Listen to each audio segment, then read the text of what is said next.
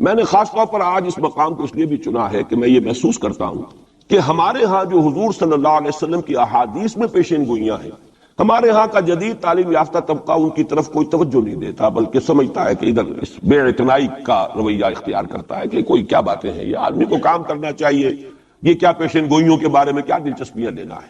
تو پہلے تو وہ یہ نوٹ کر لیں کہ پیشین گوئی صرف حدیث میں نہیں ہے، قرآن میں بھی ہے، قرآن میں یہ پیشین گوئی آئی ہے۔ فرق تو ہوگا حدیث کی پیشن گوئی اور قرآن کی پیشن گوئی کا۔ کیا فرق ہوگا؟ نمبر ایک یہ کہ قرآن کا تو ہر حرف جو ہے وہ یقینی ہے، حدیث کے بارے میں یہ ہو سکتا ہے روایت بالمعنی ہو، روایت کرنے میں کوئی لفظ تھوڑا بہت بدل گیا ہو، پھر حدیث کی سند کیا ہے، وہ صحیح بخاری کی ہے، صحیح مسلم کی ہے، اس کا استناد کا پایا کیا ہے، درجہ کیا ہے، جبکہ قرآن مجید کا ہر حرف جو ہے وہ مستند ہے، بلا لا ریب فیہ کا مصداق ہے۔ یہ فرق تو ہوں گے۔ اور دوسرا فرق بہت اہم یہاں ہے کہ یہاں سالوں کا تعین کر دیا گیا ہے، یعنی زیادہ سے زیادہ 9 برس کے اندر اندر یہ صورتحال بدل جائے گی۔ حدیث میں جو پیشین گوئیاں آئی ہیں ان میں کوئی تعین وقت کا نہیں، بلکہ سورہ انبیاء کے آخر میں 2 آیتوں میں حضور سے یہ کہا گیا کہ آپ کہہ دیجئے ان ادری اقریب ام بعید ما توعدون، اے نبی ان سے کہہ دیجئے کہ مجھے یہ معلوم نہیں ہے کہ جس چیز کی تمہیں خبر دی جا رہی ہے، جس چیز کا وعدہ تم سے کیا جا رہا ہے وہ قریب ہے یا دور ہے، ٹائم ٹیبل میں نہیں جانتا، لیکن جو میں کہہ رہا ہوں وہ ہو کر رہے گا۔ وَإِنْ أَدْرِي لَعَلَّهُ فِتْنَةٌ لَكُمْ وَمَتَاعٌ إِلَىٰ حِينٍ، اور اسی صورت میں پھر آگے چل کر ایک آیت کے بعد یہ ہے، اور یہ بھی کہہ دیجئے ہو سکتا ہے لعلہ شاید کہ یہ ابھی تمہارے لیے کچھ اور موقع تمہیں مل جائے، آزمائش تمہیں کا موقع مل جائے، اللہ تعالیٰ تمہیں کچھ بریدنگ سپیس دے دے تاکہ تم اس میں اپنی اصلاح کر سکو، تو گویا کہ آزمائش کی ایک مہلت اور مل جائے تمہیں، یہ ہو سکتا ہے۔ لعلہ فتنۃ لکم ومتاع الی حین، ایک وقت معین تک کے لیے اللہ تعالیٰ تمہیں اور رہنے بسنے کا موقع دے دے، لیکن یہ کہ اس میں کوئی شک نہیں ہے کہ جس عذاب الہی کی میں تمہیں خبر دے رہا ہوں وہ آ کر رہا ہے، اس میں کوئی شک نہیں۔ کب آئے گا یہ مجھے معلوم ہے۔ اسی کی ایک مثال اور بھی یہ نوٹ کر لیجئے، جب حضور نے خواب دیکھا، اور نبی کا خواب بھی وہی ہوتا کہ ہم عمرہ کر رہے ہیں، حضور نے صحابہ کو حکم دے دیا۔ سن 6 ہجری کا یہ واقعہ مشہور ہے کہ اب تقریباً 1400 یا بعض روایات میں آتا 1800 صحابہ کے ساتھ آپ احرام باندھ کر عمرے کے لیے اور مکے کا سفر کر رہے ہیں، حدیبیہ تک پہنچ گئے۔ اب وہاں جو صورتحال پیش آئی، مکے والے اڑ گئے، کسی قیمت پر ہم نہیں کرنے دیں گے، گویا کہ خون کی ندیاں بہ جائیں گی۔ تو وہاں کی صورتحال کو دیکھ کر مصالحت کی حضور نے، صلح کی، صلح حدیبیہ، مشہور صلح حدیبیہ بہت ہی اہم ہے، تاریخ کا، سیرت النبی کا بہت اہم واقعہ ہے۔ اس پر بعض لوگوں کے ذہنوں میں یہ اشکال پیدا ہوا کہ حضور نے تو کہا تھا کہ میں نے خواب دیکھا ہے، اور نبی کا خواب تو وہی ہوتا ہے، اور ہم اس وقت جا رہے ہیں بغیر عمرہ کیے، تو گویا کہ ایک وسوسہ تو آ سکتا ہے، بڑے سے بڑے آدمی کے ذہن میں آ سکتا ہے۔ اور صحابہ کرام تو آ کر حضور سے کہتے بھی تھے کہ حضور بذا اوقات ہمیں اپنے دل میں ایسی باتیں بھی محسوس ہوتی ہے کہ زبان پر لانے سے ہم زیادہ بہتر سمجھتے ہیں کہ ہمیں زندہ آگ میں جلا دیا جائے، یعنی ایسے وسوسے بھی ہمارے دل میں آ جاتے ہیں، دماغ میں آ جاتے ہیں۔ تو حضور نے فرمایا کیا واقعی تم ایسا محسوس کرتے ہو کہ اس بات کو زبان پر لانے سے بہتر ہے کہ ہمیں زندہ جلا دیا جائے؟ عرض کیا جی ہاں، یہ تو ہمارا، فرمایا ذاک ایمان، یہی تو ایمان ہے۔ شیطان وسوسہ اندازی کرے گا، لیکن جب تمہارا یہ احساس ہے کہ یہ بات اتنی بری ہے کہ مجھے زندہ جلا دیا جائے، یہ میرے لیے اہون ہے، ہلکا ہے بنسبت اس کے کہ میں اس بات کو زبان پر لاؤں، تو ثبوت ہے کہ ایمان موجود ہے۔ ریئیکٹ کا کون سی شے کر رہی ہے اس کے خلاف جو رد عمل پیدا ہوا وہ ایمان سے ہے نا، تو یہ تو پھر ایمان کا ثبوت ہے، یہ آپ نے اطمینان دلایا۔ تو وسوسے بعض صحابہ کے ذہنوں میں یہ بھی پیدا ہوئے، تو حضور نے فرمایا تھا کہ میں نے کہا تھا کہ ہم کریں گے عمرہ، لیکن میں نے یہ کب کہا تھا کہ اسی سال ضرور کریں گے۔ گویا کہ ٹائم ٹیبل میں فرق ہو سکتا ہے، یعنی جہاں تک اللہ کا فرمان ہے اس میں ٹائم ٹیبل کا بھی فرق نہیں ہوگا، ناممکن ہے، لیکن نبی کی پیشین گوئیوں میں یا خبروں میں ٹائم ٹیبل کے اندر فرق واقع ہو سکتا ہے کہ اس سال نہیں ہوا، اگلے سال پھر اس کو عمرہ قضا کہتے ہیں۔ قریش نے یہ مان لیا تھا کہ اس سال تو آپ جائیے، ہماری پریسٹیج جو ہے وہ اسی طرح قائم رہتی ہے، ورنہ تو گویا کہ ہم بالکل ہی آپ کے سامنے بچ گئے اور ہم نے گویا کہ بالکل ہی شکست مان لی۔ اس سال تو آپ جائیں، اگلے سال آئیے، 3 دن کے لیے ہم مکہ خالی کر دیں گے، بالکل ہم چلے جائیں گے پہاڑوں میں، آپ مکے میں رہیں 3 دن اور جس طرح چاہے طواف کریں اور عمرہ کریں۔ بہرحال اگلے سال پھر وہ عمرہ ہوا، اسے عمرہ قضا کہتے ہیں۔ یہ بھی میں نے مثال دی ہے کہ ٹائم ٹیبل کا جہاں تک تعلق ہے، حضور کی دی ہوئی پیشین گوئیاں جو ہیں اس کے بارے میں ہم تعین نہیں کر سکتے کہ یہ کب ہوگا، گمان کر سکتے ہیں، اندازہ ہو سکتا ہے، لیکن تعین نہیں۔ جبکہ یہاں یہ ہوا فی بضع سنین، الف لام میم غلبت الروم فی ادنی الارض وهم من بعد غلبهم سیغلبون فی بضع سنین، چند سالوں کے اندر اندر۔ اب اس پر یہ واقعہ بھی آپ نوٹ کر لیجئے کہ حضرت ابو بکر رضی اللہ تعالی عنہ نے انہی آیات کی بنا پر ایک شرط کر لی ایک کافر سے، مشرکین مکہ کے سرداروں میں سے ایک سے، کہ 3 سال کی شرط انہوں نے لگا دی، کم سے کم مدت جو ہوتی بضع کی 3 سال، کہ 3 سال کے اندر اندر اگر یہ صورتحال تبدیل نہ ہوئی تو میں 100 اونٹ تمہیں دوں گا، اور اگر قرآن کی پیشن گوئی درست ہو گئی تو تم 100 اونٹ مجھے دو گے، اور اس وقت تک اس طرح کی شرط لگانا ابھی حرام نہیں ہوا تھا، چونکہ شریعت کے احکام تفصیلی تو آئے نہیں تھے، ابھی تو نہ شراب حرام تھی نہ جوا حرام تھا، تو اس طرح کی شرط لگانا کس طرح کوئی حرام والی بات تو تھی نہیں۔ لیکن حضور نے فرمایا کہ نہیں ابو بکر، یہ تم نے غلطی کی ہے۔ جب بضع کا اطلاق 3 سے 9 تک پر ہوتا ہے تو تم 9 سال کی کرو، تم اونٹوں کی مقدار بڑھا دو لیکن کہو کہ یہ 9 سال کی مدت جو ہے اس کے اندر اندر یہ معاملہ ہوگا، اس لیے کہ بضع قرآن مجید کا لفظ جو ہے وہ عربی زبان میں کم سے کم اقل مدت 3 برس ہے، لیکن یہ کہ اس کی اکثر مدت 9 برس ہے۔ تو حضرت ابو بکر نے وہ بدلا اور ٹھیک 9 سال بعد وہ صورتحال پیش آ گئی۔ اور یہ عجیب ہے تاریخ کا واقعہ، ہرقلیس کی یہ جو فتح ہے یہ بھی بڑی ہی معجزانہ تھی۔ وہ جو ڈائریکٹ روٹ تھا جس سے کہ ہمیشہ ان کی جنگیں ہوتی تھی، یعنی اس کے ترکی کے مشرقی علاقے سے آ کر رومی جو ہے پھر میدان جنگ کو اختیار کریں، بحیرہ کیسپین کا راؤنڈ دے کر پہاڑی جو علاقہ ہے اس کے پیچھے سے آ کر اس نے حملہ کیا ہے اور ایک دم اچانک جو ہے ایرانیوں کو گویا کہ سرپرائز اٹیک کیا ہے۔ لیکن پھر یہ کہ شکست فاش ہوئی ایرانیوں کو، دوبارہ پھر جو ہے وہ یروشلم پر اس کا قبضہ ہو گیا۔ اس نے منت مانی تھی کہ اگر یروشلم دوبارہ فتح ہو جائے ہمارے ہاتھوں تو میں حمص سے لے کر اور یروشلم تک پیدل جاؤں گا اور وہاں جا کر جو ہے شکرانے کی نماز ادا کروں گا، کیونکہ وہ پھر صلیب انہیں دوبارہ واپس مل گئی، صلیب کو دوبارہ ریسٹور کرنا تھا اسی جگہ پر جا کر، تو پیدل چل کر یہ آیا۔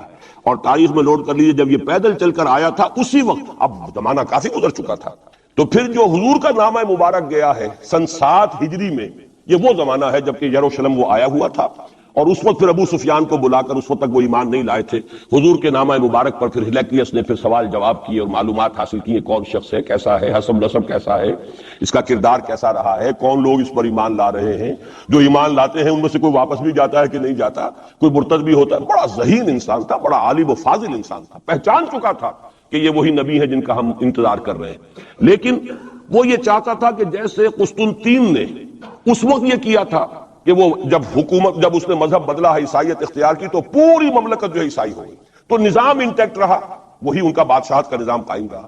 چاہتا تھا کہ میرے یہ تمام کے تمام نائبین سلطنت اور جتنے بھی بطاریق ہیں، یہ بطریق، پیٹریارکس، یہ سب کے سب بھی میرے ساتھ اسلام قبول کریں۔ اور سارا یہ اس نے جو سوال جواب کیا تھا ابو سفیان سے، اسی لیے کیا تھا کہ سارے درباری قائل ہوتے چلے جائیں کہ واقعی یہ نبی سچا ہے۔ لیکن اس کی امید کے برعکس ہوا، ریئیکشن بڑا شدید ہوا ان کے وہ پادریوں میں اور ان کے جو پیٹریارکس تھے ان میں، تو پھر وہ بھی محروم رہ گیا۔ سلطنت کی بیڑی اس کے پاؤں میں پڑی رہ گئی، زنجیر پڑی رہ گئی، وہ اسلام سے محروم رہ گئی۔ بہرحال اب یہاں نوٹ کیجئے کہ 9 برس بعد 623 عیسوی میں اس کو فتح حاصل ہوگی۔ حضرت عمر نے وہ 100 اونٹ حاصل کیے، اگرچہ حضور نے پھر اس کے بارے میں حکم دیا کہ اسے صدقہ کرا، اس کو اب تم اپنے ذاتی استعمال میں نہ لاؤ، صدقہ کرا۔ اچھا، اس کے ساتھ اس پیشن گوئی میں دوسرا حصہ بھی ہے۔ الف لام میم غلبت الروم فی ادنی الارض وهم من بعد غلبهم سیغلبون فی بضع سنین للہ الامر من قبل ومن بعد۔ اللہ ہی کے ہاتھ میں ہے تمام معاملات کا اختیار، پہلے بھی اور بعد میں بھی، یہ تو ایمان کی بنیادی حقیقت ہے۔ وَيَوْمَئِذٍ يَفْرَحُ الْمُؤْمِنُونَ، اور اس روز اہل ایمان بھی بہت خوشیاں منا رہے ہوں گے۔ یہ اس پیشن گوئی کا دوسرا حصہ ہے۔ عین بدر کے دن یہ خبر آئی ہے کہ یہ پیشن گوئی صحیح ہو گئی۔ 9 برس ہو گئے، سن 5 جو نبوی سے اور غزوہ بدر 623 عیسوی میں غزوہ بدر ہو رہا ہے، 622 میں ہجرت ہے اور 623 میں غزوہ بدر ہو گیا۔ اور جس روز فتح مسلمانوں کو حاصل ہوئی ہے بدر میں، اور سرداران قریش جو ہے وہ کھجور کے کٹے ہوئے تنوں کے مانند جو ہے پڑے ہوئے نظر آئے ہیں میدان بدر میں، عین اسی وقت فتح کی خبر آئی ہے کہ رومیوں کو دوبارہ فتح حاصل ہو گئی ایرانیوں پر۔ یومئذ یفرح المؤمنون، اس دن اہل ایمان کو بھی بہت فرحت حاصل ہوگی، بہت خوشی حاصل ہوگی، وہ بھی جشن منا رہے ہوں گے بنصر اللہ، اللہ کی مدد سے۔ بدر میں جو اللہ تعالیٰ کی نصرت آئی ہے، ینصر من یشاء، وہ تو مدد فرماتا ہے جس کی چاہتا ہے، وَهُوَ الْعَزِيزُ الرَّحِيمُ، اور وہ زبردست ہے، رحم فرمانے والا ہے۔ وعد اللہ، اب دیکھیے ذرا تاکید کا انداز دیکھیے، وعد اللہ، یہ اللہ کا وعدہ ہے، لا یخلف اللہ وعدہ، اور کان کھول کے سن لو، اللہ اپنے وعدے کے خلاف نہیں کرتا۔ ولیکن اکثر الناس لا یعلمون، لیکن اکثر لوگوں کو علم حاصل نہیں ہے، اکثر لوگ جانتے نہیں۔ یہ جو میں نے آیات اور اس کا تاریخی پس منظر، کچھ تھوڑا سا جغرافیائی جو اس کا پس منظر ہے وہ سارا آپ کے سامنے رکھا ہے، اس کا مقصد یہ ہے کہ ایک طرف تو جو پیشین گوئیاں ہیں ان کے بارے میں تعلیم یافتہ لوگوں کے ذہنوں میں بھی اگر کوئی اشکال ہے کہ حدیث میں جو پیشین گوئیاں آئی ہیں تو وہ رفع ہو جائے۔ ہمارے نزدیک قرآن اور حدیث میں کوئی فرق نہیں، قرآن بھی ہمیں محمد کے ذریعے ملا صلی اللہ علیہ وسلم، مجھ پر تو نازل نہیں ہوا، کسی اور پر نازل نہیں ہوا، ابو بکر پر نازل نہیں ہوا، نازل تو محمد پر ہوا صلی اللہ علیہ وسلم، وہ بھی آپ کی زبان مبارک سے ہمیں عطا ہوا ہے۔ آپ سے لیا ہے صحابہ نے، صحابہ سے تابعین نے، تابعین سے تبع تابعین نے، اور اس کے لیے ریٹن ورڈ ذریعہ نہیں بنا ہے، اصل جو ہے یہ اسپوکن، زبان سے زبان، اور اصل شے آج بھی جو ہے وہ قرات ہے قرآن کی، قرات اور قرات کا فن جو ہے یہ ہے اصل اس کے لیے حجت۔ یہ لکھنے کا معاملہ جو ہے وہ بھی تھا، اس کے بعد حضرت ابوبکر کے زمانے میں اس کو ایک کتاب کی شکل میں بھی جمع کر دیا، پھر حضرت عثمان نے اس کو ایک رسم الخط پر بھی تمام امت کو جمع کر دیا، یہ بھی بڑی قیمتی چیزیں ہیں۔ لیکن اصل جو ہے میڈیم قرآن مجید کا منتقل ہونا کہ قلب محمد پر نازل کیا جبرائیل نے، انہ نزلہ علی قلبک، پھر لسان محمد سے صلی اللہ علیہ وسلم حاصل ہوا صحابہ کو، پھر صحابہ کی زبانوں سے، پھر یہ تابعین کو، تبع تابعین کو، تو یہ منتقل ہوتا آ رہا ہے۔ اور ہمارے ہاں جو فن قرات ہے اس میں باقاعدہ سند ہوتی ہے، جیسے فن حدیث میں سند ہے، آپ کس سے پڑھ رہے ہیں، اس نے کس سے پڑھی، اس نے کس سے پڑھی، سند چلے گی۔ اسی طریقے سے فن قرات میں سند ہے، جو ہمارے ہاں قراء ہوتے ہیں ان کا تعلق جو ہے وہ جڑ جائے گا اسی دور صحابہ کے قراء کے ساتھ۔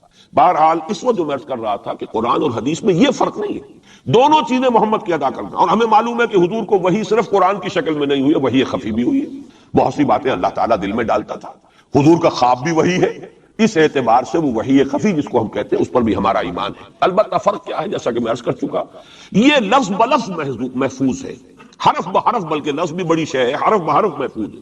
وہاں یہ ہے کہ اس طرح کی حفاظت کا جو ہے وہ دعویٰ نہیں ہے۔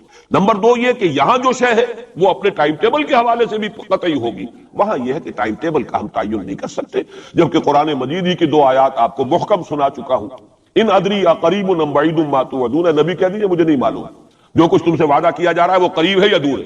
وَإِنْ أَدْرِي لَعَلَّهُ فِتْنَةٌ لَكُمْ وَمَتَاعٌ إِلَىٰ حِينٍ، اور میں نہیں جانتا، ہو سکتا ہے کہ ابھی تمہیں اللہ ایک مہلت اور دے دے، اور ابھی تمہیں اور رہنے بسنے کا موقع دے دے، تاکہ تمہیں ایک مہلت، ایک آزمائش مزید مل جائے۔ اب جو میں ذرا صرف حوالہ دوں گا، اس وقت تفصیل میں جانے کا موقع نہیں ہے، اس لیے کہ گزشتہ سال اس پہ تفصیل سے کئی جمعوں میں یہاں گفتگو کر چکا ہوں۔ قرب قیامت کی جو پیشین گوئیاں محمد الرسول اللہ صلی اللہ علیہ وسلم نے ہمیں دی ہیں، ان کو نوٹ کر لیجئے کہ وہ دو قسم کی ہیں۔ ایک تو خاص خرق عادت واقعات جو قرب قیامت سے زمانے میں ہوں گے، سورج کا مغرب سے نکلنا اور اسی طرح کی دوسری اور علامات ہیں۔ ایک تو وہ علامات ہیں جن کو ہم کہتے ہیں علامات قیامت، اس میں پوری کتابیں لکھی گئی ہیں، غالباً شاہ رفیع الدین رحمۃ اللہ علیہ دہلوی جو ہے ان کی پوری کتاب اس کے اوپر موجود ہے، اس لیے کہ احادیث میں اس کی بڑی جو واضح نشانیاں ہیں وہ دی گئی۔ ایک یہ ہے کہ قیامت سے متصلاً قریب کے زمانے کے کچھ تاریخی واقعات کا تذکرہ۔ یہ ہیں دو چیزیں کہ جن کو میں نے کافی پچھلے دنوں یہاں بیان کیا ہے، اس وقت میں صرف اس کا حوالہ دینا چاہتا ہوں، اور وہ حوالہ کیا ہے؟ پہلی بات یہ ہے کہ احادیث نبویہ سے صراحت کے ساتھ ثابت ہے کہ قیامت سے قبل پورے کرۂ ارضی پر اللہ کا دین اسی طرح غالب ہوگا جیسے کہ حضور کے دست مبارک سے آپ کی اپنی حیات طیبہ کے دوران جزیرہ نما عرب میں غالب ہے۔ یہ قطعی بات ہے۔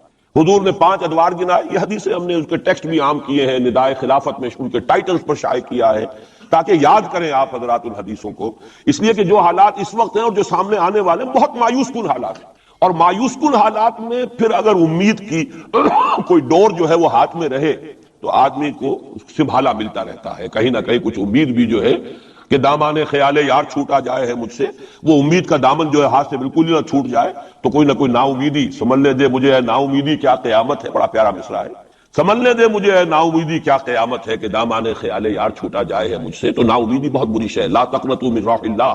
اس اعتبار سے جو حالات امیڈیٹلی اس وقت سامنے ہیں اور جو آ رہے ہیں وہ نہایت مایوس کن، نہایت تکلیف دہ، ان میں ضرورت ہے کہ یہ جو ہمارے لیے کچھ امید افزا خبریں اور پیشن گوئیاں ہیں ان کو بڑے پیمانے پر عام کیا جائے، تاکہ لوگ جو ہے اس کے حوالے سے اپنے حوصلوں کو، اپنے امنگوں کو، ولولوں کو کچھ برقرار رکھ سکیں اور ان میں کچھ کام کرنے کا جذبہ، اس لیے کہ ایسے لوگ کم ہوتے ہیں اور اللہ تعالیٰ سے دعا کرتا ہوں کہ اللہ تعالیٰ مجھے ان میں شامل کر دے، آپ کو بھی شامل کرے۔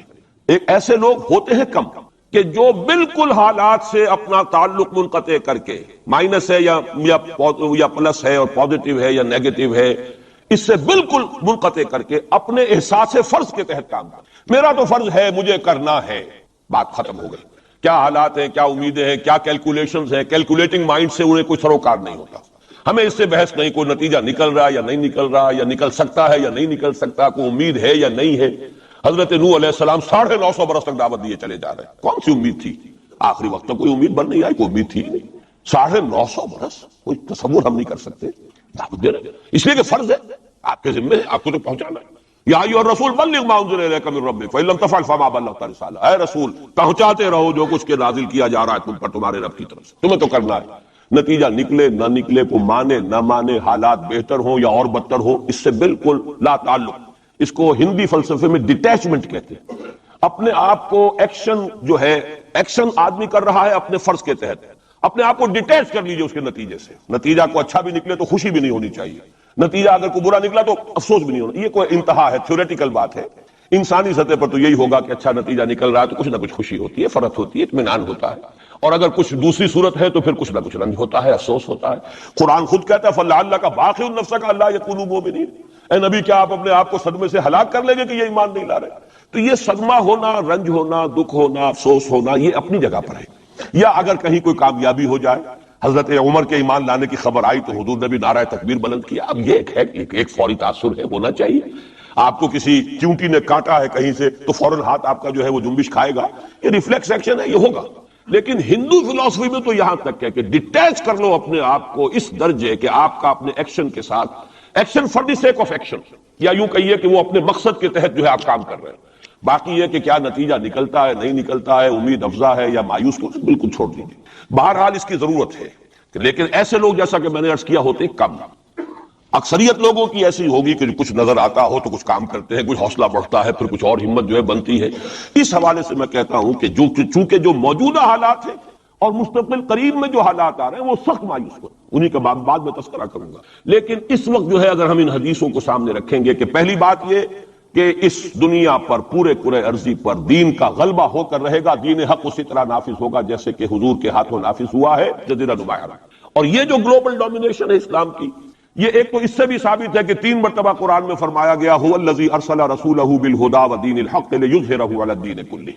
حضور کا مقصد بعثت ایکسکلوسیو شان ہے، یہ صرف آپ کی ہے، کسی اور نبی اور رسول کی نہیں ہے۔ کہ قرآن کہتا ہے غلبہ دین کے لیے بھیجا ہے، صرف تبلیغ کے لیے نہیں بھیجا۔ باقی تمام انبیاء صرف تبلیغ کے لیے آئے، تبلیغ، تذکیر، تبشیر، تذکیر، نصیحت، جو بھی کہیں، تعلیم، تزکیہ۔ لیکن غلبہ دین کا لفظ صرف محمد الرسول اللہ صلی اللہ علیہ وسلم کے بارے میں آیا اور 3 مرتبہ آیا، کسی اور نبی کے لیے 1 مرتبہ بھی نہیں۔ اور دوسری بات یہ بھی قرآن کے محکمات میں سے ہے کہ وَمَا أَرْسَلْنَاكَ إِلَّا كَافَّةً لِلنَّاسِ بَشِيرًا وَنَذِيرًا، ہم نے نہیں بھیجا ہے محمد آپ کو مگر تمام نوع انسانی کے لیے، پوری نوع انسانی کے لیے۔ گویا کہ پورے عالم انسانیت پر غلبہ دین ہوگا تو بعثت محمدی کی تکمیل ہوگی۔ پورے عالم جب بھیجا گیا پورے عالم انسانی کے لیے، اس اعتبار سے بھی صغرا کبرا جوڑیے تو اس کا نتیجہ نکلتا ہے۔ باقی یہ کہ حضور نے وضاحت کے ساتھ وہ احادیث جو ہیں جیسے میں نے عرض کیا، میں نے بارہا آپ کو سنائی ہے، حضور نے 5 دور گنوائے ہیں: دور نبوت، دور خلافت علی منہاج النبوہ، حدیث کا ٹیکسٹ میں بیان نہیں کر رہا وقت کی کمی کی وجہ سے، پھر دور ایسی ملوکیت کا جو کٹ کھنی ہوگی، ظالم، کاٹ کھانے والی، پھر دور ایسی ملوکیت کا جو جبری ہوگی، یہ میرے نزدیک جو غلامی کا دور ہمارا گزر چکا ہے اور ابھی ہے، پارشلی ختم ہوا، پارشلی باقی ہے۔ براہ راست جو ہے ویسٹرن امپیریلسٹ پاورز جو ہیں وہ یہاں سے چلی گئی ہیں، ان کی فوجیں اب موجود نہیں ہیں ہمارے ہاں، لیکن یہ کہ ان کی تہذیب، ان کا تمدن، ان کا فکر، ان کے نظریات، ان کے فلسفے، ان کی سوچ، ان کا طرز بود و باش، انہی کا لباس، انہی کی صفت، یہ سب کچھ موجود ہے۔ اور ٹیکنالوجی میں، علم میں اور معاشیات میں ہم بالکل بھکاریوں کی طرح ان کے سامنے ہاتھ پھیلانے پر مجبور ہیں۔ تو وہ ختم نہیں ہوا چوتھا دور، بلکہ در حقیقت یہ ایک انٹرم پیریڈ ہے چوتھے اور 5ویں کے درمیان۔ اور 5واں آپ نے فرمایا ثم تکون خلافت علی منہاج النبوہ، پھر 5واں دور آئے گا خلافت علی منہاج النبوہ۔ اور اس وقت گویا کہ پوری جو یہ عالم انسانیت ہے یہ اس چوتھے اور 5ویں دور کے درمیان میں ہے، یہ ایک درمیان کا عرصہ ہے، نو مینز لینڈ کہہ لیجئے اس کو، یا یہ کہ برزخی یہ دور ہے۔ وہ جو دور تھا امپیریلزم کا، مغربی امپیریلزم، غیر مسلموں کی ہم پر حکومت، ملکن جبرین، اور وہ خلافت علی منہاج النبوہ۔ پھر وہ 2 حدیثیں حضرت ثوبان رضی اللہ تعالی عنہ سے جو کہ مسلم شریف میں مروی ہے کہ مجھے اللہ تعالیٰ نے ساری زمین سکیڑ کر دکھا دی، یہاں تک کہ میں نے اس کے سارے مشرق دیکھ لیے، سارے مغرب دیکھ لیے۔ وَإِنَّ أُمَّتِي سَيَبْلُغُ مُلْكُهَا مَا زُوِيَ لِي مِنْهَا، اور سن لو کہ میری امت کی حکومت ان تمام علاقوں پر قائم ہو کر رہے گی جو مجھے سکیڑ کر دکھا دیے گئے۔ اب اس کے بعد مجھے تو کوئی شک ہے نہیں، صحیح ہند میں سے ہے روایت، صحیح مسلم، بعض حضرات کے نزدیک تو صحیح مسلم کا درجہ صحیح بخاری سے بھی بلند ہے، لیکن یہ کہ اکثر و بیشتر جو ہے ٹاپ پر صحیح ہیں جنہیں ہم کہتے ہیں صحیح بخاری، صحیح مسلم، یہ حدیث کے مجموعے میں سب سے اوپر ہے۔ اچھا، دوسری حدیث حضرت مقداد ابن اسود سے، لا يبقى على الارض بیت وبر ولا مدر الا ادخل اللہ فیہ کلمۃ الاسلام، اللہ تعالیٰ اس روح ارضی پر ایک گھر نہیں چھوڑے گا، نہ اینٹ گارے کا بنا ہوا گھر، نہ کوئی کمبلوں کا بنا ہوا خیمہ جس میں اسلام کو داخل نہ کر دے۔ البتہ اسلام کا داخلہ 2 طریقوں سے ہوگا، بعز عزیز و ذل ذلیل، یا تو گھر والا اور خیمے والا اسلام قبول کر لے گا تو اسلام کے اعزاز کے ساتھ اس کا بھی اعزاز ہو گیا، وَلِلَّهِ الْعِزَّةُ وَلِرَسُولِهِ وَلِلْمُؤْمِنِينَ، عزت تو ہے اللہ کے لیے، اس کے رسول کے لیے، اہل ایمان کے لیے، گھر والا بھی، اس کا اعزاز ہوا، اس کے گھر میں اسلام داخل ہوا اس کے اعزاز کے ساتھ۔ اگر نہیں قبول کرے گا تو نیچے ہو کر رہنا پڑے گا، یؤتُوا الجزیۃ عن یدٍ وَهُمْ صاغرون، چھوٹے ہو کر جزیہ پیش کرنا ہوگا۔ تو گویا کہ اسلام تو اس کے گھر میں بھی داخل ہو گیا، لیکن وہ بدبخت اعزاز اسلام سے خود محروم رہا۔ لیکن غلبہ تو ہو گیا نا، یدخلون فی دین اللہ افواجا کی وہ شکل تو ہو گئی کہ اللہ کا دین جو ہے وہ غالب ہو گیا۔ اطاعت تو انہیں کرنی پڑے گی، اسلام کی بالادستی قبول کرنی ہوگی، رہے ہندو، رہے سکھ، رہے پارسی، رہے عیسائی، رہے پرسنل لاء میں ان کی جان مال عزت آبرو کی حفاظت کا ذمہ بھی لیا جائے گا، ان کے عقائد کو بھی زبردستی نہیں بدلوایا جائے گا، ان کے مندروں گردواروں اور کلیساؤں اور سلوتاس جو ہے سینیگاگ ان کی حفاظت کی جائے گی، لیکن بالادستی اسلام کی۔ یہ ہے مسند احمد ابن حنبل کی روایت ہے حضرت مقداد ابن اسود سے۔ تو پہلی بات تو یہ ہے کہ یہ یقین، کم سے کم مجھے تو اس کا یقین حاصل ہے الحمدللہ، اور میں چاہتا ہوں کہ ہر شخص، ہر مسلمان کے دل میں یقین پیدا ہو۔ لیکن اس سے پہلے ایک اور دور ہے، وہ دور ہے کہ جس کو ہمارے اس زمانے میں آ کر دو طبقوں نے اس کے بارے میں اتنی غلط فہمیاں پیدا کی ہیں، اور اکثر ہمارے پڑھے لکھے بزوں میں خیش راسخ العقیدہ مسلمانوں کے اندر بھی دلوں میں نقب لگی ہوئی، سمجھتے ہیں کہ ہم تو قادیانی نہیں ہیں، سمجھتے ہیں کہ ہم تو منکر حدیث نہیں ہیں، لیکن ان حدیثوں پر ان کا یقین نہیں ہے، حالانکہ یہ بخاری شریف کی روایات ہے، حالانکہ یہ مسلم شریف کی روایات ہے کہ اس سے پہلے ایک دور آنا ہے مسلمانوں پر سخت عذاب کا دور آنا، اور یہ عذاب جو ہے شدید ترین عذاب، اس کی جو سب سے اہم شخصیت ہے المسیح الدجال، یہودیوں کے ہاتھوں آئے گا، اور یہودیوں میں ایک شخص پیدا ہوگا، کھڑا ہوگا جو مسیح ہونے کا دعویٰ کرے گا، المسیح الدجال۔ دجال کہتے ہیں فریبی کو، دجل فریب کو کہتے ہیں، جو فریب سے اپنے آپ کو مسیح کہلوائے گا کہ میں مسیح ہوں۔ اس کی وجہ کیا ہے کہ یہودیوں کے ہاں یہ روایت موجود تھی کہ ہمارا ایک سیویئر آئے گا، ہمارا ایک نجات دہندہ آئے گا جو ہمیں پھر دنیا کے اندر غلبہ دلوائے گا، اور ہماری جو پرومسڈ لینڈ ہے وہ پوری کی پوری ہمیں دلوا دے گا۔ وہ جو گریٹر اسرائیل کا نقشہ انہوں نے بنا رکھا ہے، یہ ان کی پرومسڈ لینڈ ہے، خوابوں کی سرزمین ہے۔ اچھا، وہ تو حضرت مسیح آئے تھے علیہ الصلوۃ والسلام، وہ تو آ گئے، انہوں نے مانا نہیں۔ جب مانا نہیں، انہیں تو مرتد قرار دیا، جادوگر قرار دیا، بازیگر قرار دیا، واجب القتل قرار دیا، اور اپنے بس پڑتے تو سولی پر چڑھائی دیا۔ وہ تو اللہ نے جو کیا وہ ایک علیحدہ مسئلہ ہے۔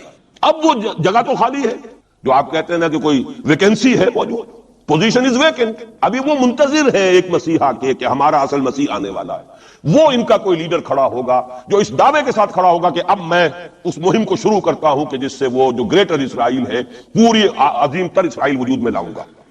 دیر کیا لگتی ہے، کوئی وزیر اعظم جو بھی ہو اسرائیل کا کھڑا ہو جائے ڈٹ کر کہ ٹھیک ہے وی ڈکلیئر وار، اور ہم تو یہ علاقے اب لے کر رہے ہیں، جس کو کہ اس نے بھی کہا ہے، یہ جو اس وقت ہے ریبین جو ہے، اس کے بارے میں خیال یہ ہوا تھا کہ جب یہ وزیر اعظم بنا اسرائیل کا کہ یہ بڑا ماڈریٹ ہے، بہت ایسا ہے ویسا ہے، اور اس نے وہ امریکن سے اپنا وہ 10 بلین کا جو لون لینا چاہتے تھے اس کو اوکے کرانے کے لیے کچھ دنوں کے لیے نئی سیٹلمنٹس کی تعمیر کا کام بھی سسپینڈ کر دیا۔ تو بڑی امیدیں ہو گئی، چلو جی ایک پروسیس آف جو پیس ٹاکس شروع ہو جائیں اور یہ ہو جائے، لیکن سب ثابت ہو چکا ہے۔ اسی زمانے میں وہ گیا اپنے فوجی ہیڈ کوارٹر میں، اور جا کر وہاں پہ اپنے فوجی آفیسرز کی وہ جو اب لوگوں میں تشویش ہو گئی ہوگی کہ ہم کس خواب کو دیکھ رہے ہیں اور یہ شخص کدھر چلنے لگ گیا ہے، تو جا کر کہا، اور رپورٹ ہوئی ہے خبر، اس نے کہا یہ نہ سمجھو کہ گریٹر اسرائیل کو میں نے چھوڑ دیا ہے، اس کا نقشہ تو میرے دل پر کندہ ہے، اور میں منتظر ہوں وہ وقت آئے کہ ہم وہ گریٹر اسرائیل قائم کریں۔ کوئی شخص کھڑا ہو جائے گا، اس کے لیے وہ ڈکلیئر کر دے گا، کوئی شکلیں اور کوئی سچویشن ہو سکتی ہے۔ اور اس اعتبار سے نوٹ کیجئے کہ یہ بابری مسجد کی شہادت کے بارے میں یہ صحیح بات کہی جا رہی ہے کہ یہ در حقیقت ایک فیلر ہے، ہنود اور یہود کے جو گٹھ جوڑ ہے۔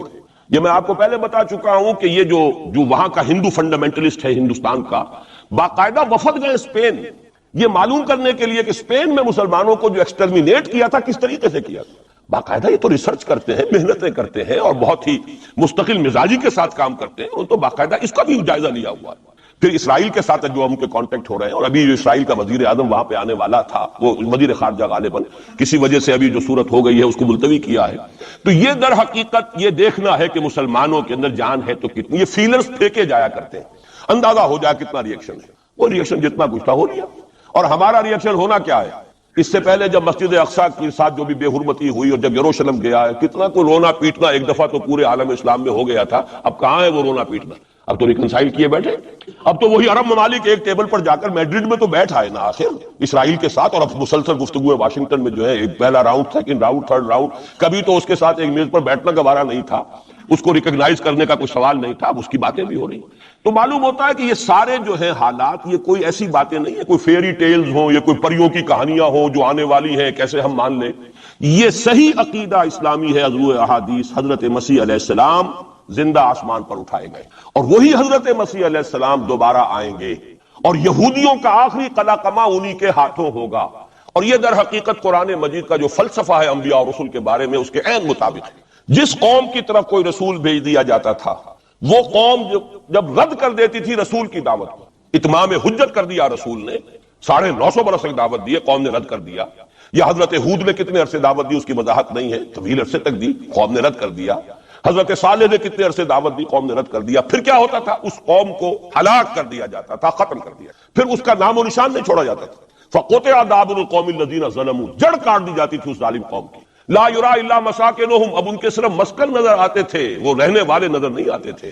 چلے جائیے قرطبہ میں دیکھ لیجئے، اور غرناطہ میں جا کر محل دیکھ لیجئے الحمرا، لیکن جو لوگ یہاں کبھی آباد تھے ان کا نام و نشان بھی نہیں ہے۔ یہ تو اب جو آثار قدیمہ ہیں، سیریں کر لیجئے جا کر، مسجد قرطبہ بھی ہے، سیر کر لیجئے۔ وہ تو اقبال کو تو خیر کوئی اجازت بھی مل گئی تھی نماز پڑھنے کی خاص کوئی، ورنہ وہاں پر تو اس کا بھی امکان نہیں ہے۔ اس کے ہارٹ میں جو ہے وہ چیپل موجود ہے، چرچ موجود ہے۔ بہرحال یہ سارے جو معاملات ہیں جان لیجئے اچھی طریقے سے کہ یہ واقعات جن کی خبریں دی گئی ہیں، یہ بالکل اس کے مطابق حالات کا جو ہے نقشہ بیٹھتا چلا جا رہا ہے۔ کوئی یہودی لیڈر کھڑا ہوگا اور وہ مسیح کا دعویٰ کرے گا، میں ہوں مسیح، چاہے وہ خود بھی جانتا ہو کہ میں جھوٹ بول رہا ہوں، اور جانتا ہوگا کہ جھوٹ بول رہا ہوں، لیکن یہ کہ تمام اس یہودیوں کو جمع کرنے کے لیے لازم ہوگا کہ وہ دعویٰ کرے۔ اس لیے کہ اب بھی موجود ہے، جو لوگ جانتے ہیں یہودیوں کو، یہودی اب بھی سپلٹ ہیں۔ ان میں جو زیادہ مذہبی طبقہ ہے وہ زائنسٹ نہیں ہے، بلکہ وہ ان سے اختلاف کرتا ہے۔ زائنزم کی اپنی ایک تحریک تھی، وہ یوں سمجھیے کہ ایک ریشسٹ نیشنلسٹ موومنٹ ہے، وہ ایک نسلی قومیت کے اوپر چلنے والی جو ہے وہ ایک قوم پرستانہ حکم جو ہے تحریک ہے۔ جو مذہبی طبقہ ہے، جو یہودی داڑیاں رکھتے ہیں اور جو لمبے لمبے بال رکھتے ہیں اور کالی ٹوپیاں پہنتے ہیں اور لمبی شیروانیوں ٹائپ جو ہے ان کے لانگ کوٹس ہوتے ہیں، اور یہ وہاں مینہٹن میں بڑے نظر آتے ہیں گھومتے ہوئے، اور بہت سرمایہ دار ہیں، اسی لیے نیو یارک کو جو یارک کہا جاتا ہے۔ وہ یہودی جو ہے وہ ان میں بڑا طبقہ بھی موجود ہے کہ جو اس زائنزم کو اور اسرائیل کو تسلیم نہیں کر رہا۔ تو ظاہر بات ہے کہ ان کے لیے ضرورت ہوگی کہ کوئی مذہبی اپیل آئے، منتظر تو وہ بھی ہے مسیح کے، اب آنا تو نہیں ہے، وہ مسیح جو آئے گا وہ تو آئے گا ان کی ہلاکت کے لیے۔ اس سے پہلے کوئی کھڑا ہوگا اور اس کو پھر یہ مذہبی یہودی بھی مان لیں گے۔ نتیجہ یہ ہوگا کہ جو بھی پوری دنیا کا یہودی ہے وہ اس ایک علاقے میں آ جائے گا، اور وہ اپنے اس گریٹر اسرائیل کے لیے پھر جو وہاں پر جنگ کی بھٹی دہکے گی۔ یہ کتاب الملاحم، اکثر جو حدیث کی کتابیں ان کے آخر میں آگے کتاب الملاحم کا باب ہے علیحدہ علیحدہ، جس میں کہ اس دور کی خبروں کا جو ہے حضور نے پوری پیشن گوئیاں کی ہیں کہ یہ کچھ ہونا ہے۔ جہاں تک المسیح الدجال کا تعلق ہے، اس کے بارے میں تو الفاظ یہ ہیں کہ کوئی نبی اللہ کا ایسا نہیں گزرا کہ جس نے مسیح الدجال کی فتنے سے خود پناہ طلب نہ کی ہو اللہ کی۔ خود حضور کی جو دعائیں ہیں معصورہ، اس میں ہے وَأَعُوذُ بِكَ مِن فِتْنَةِ الْمَسِيحِ الدَّجَّالِ، اے اللہ میں تیری پناہ طلب کرتا ہوں فتنت مسیح الدجال سے۔ وہ فتنہ اب سر پر آیا ہوا ہے، یہ چند سالوں کی بات ہے، اور اکثر و بیشتر کچھ اور حوالوں سے بھی، وہ نوسٹروڈیمس کے حوالے سے ہو یا کسی اور کے حوالے سے ہو، پیشین گوئیاں وغیرہ، دنیا میں اس وقت پوری اس فضا کے اندر جو مذہبی فضا ہے یورپ کی، وہ بھی بہت پریگننٹ ہے اس حوالے سے کہ یہ پیشین گوئیاں اور اس طرح کی خبریں اور اس طرح کی آمد۔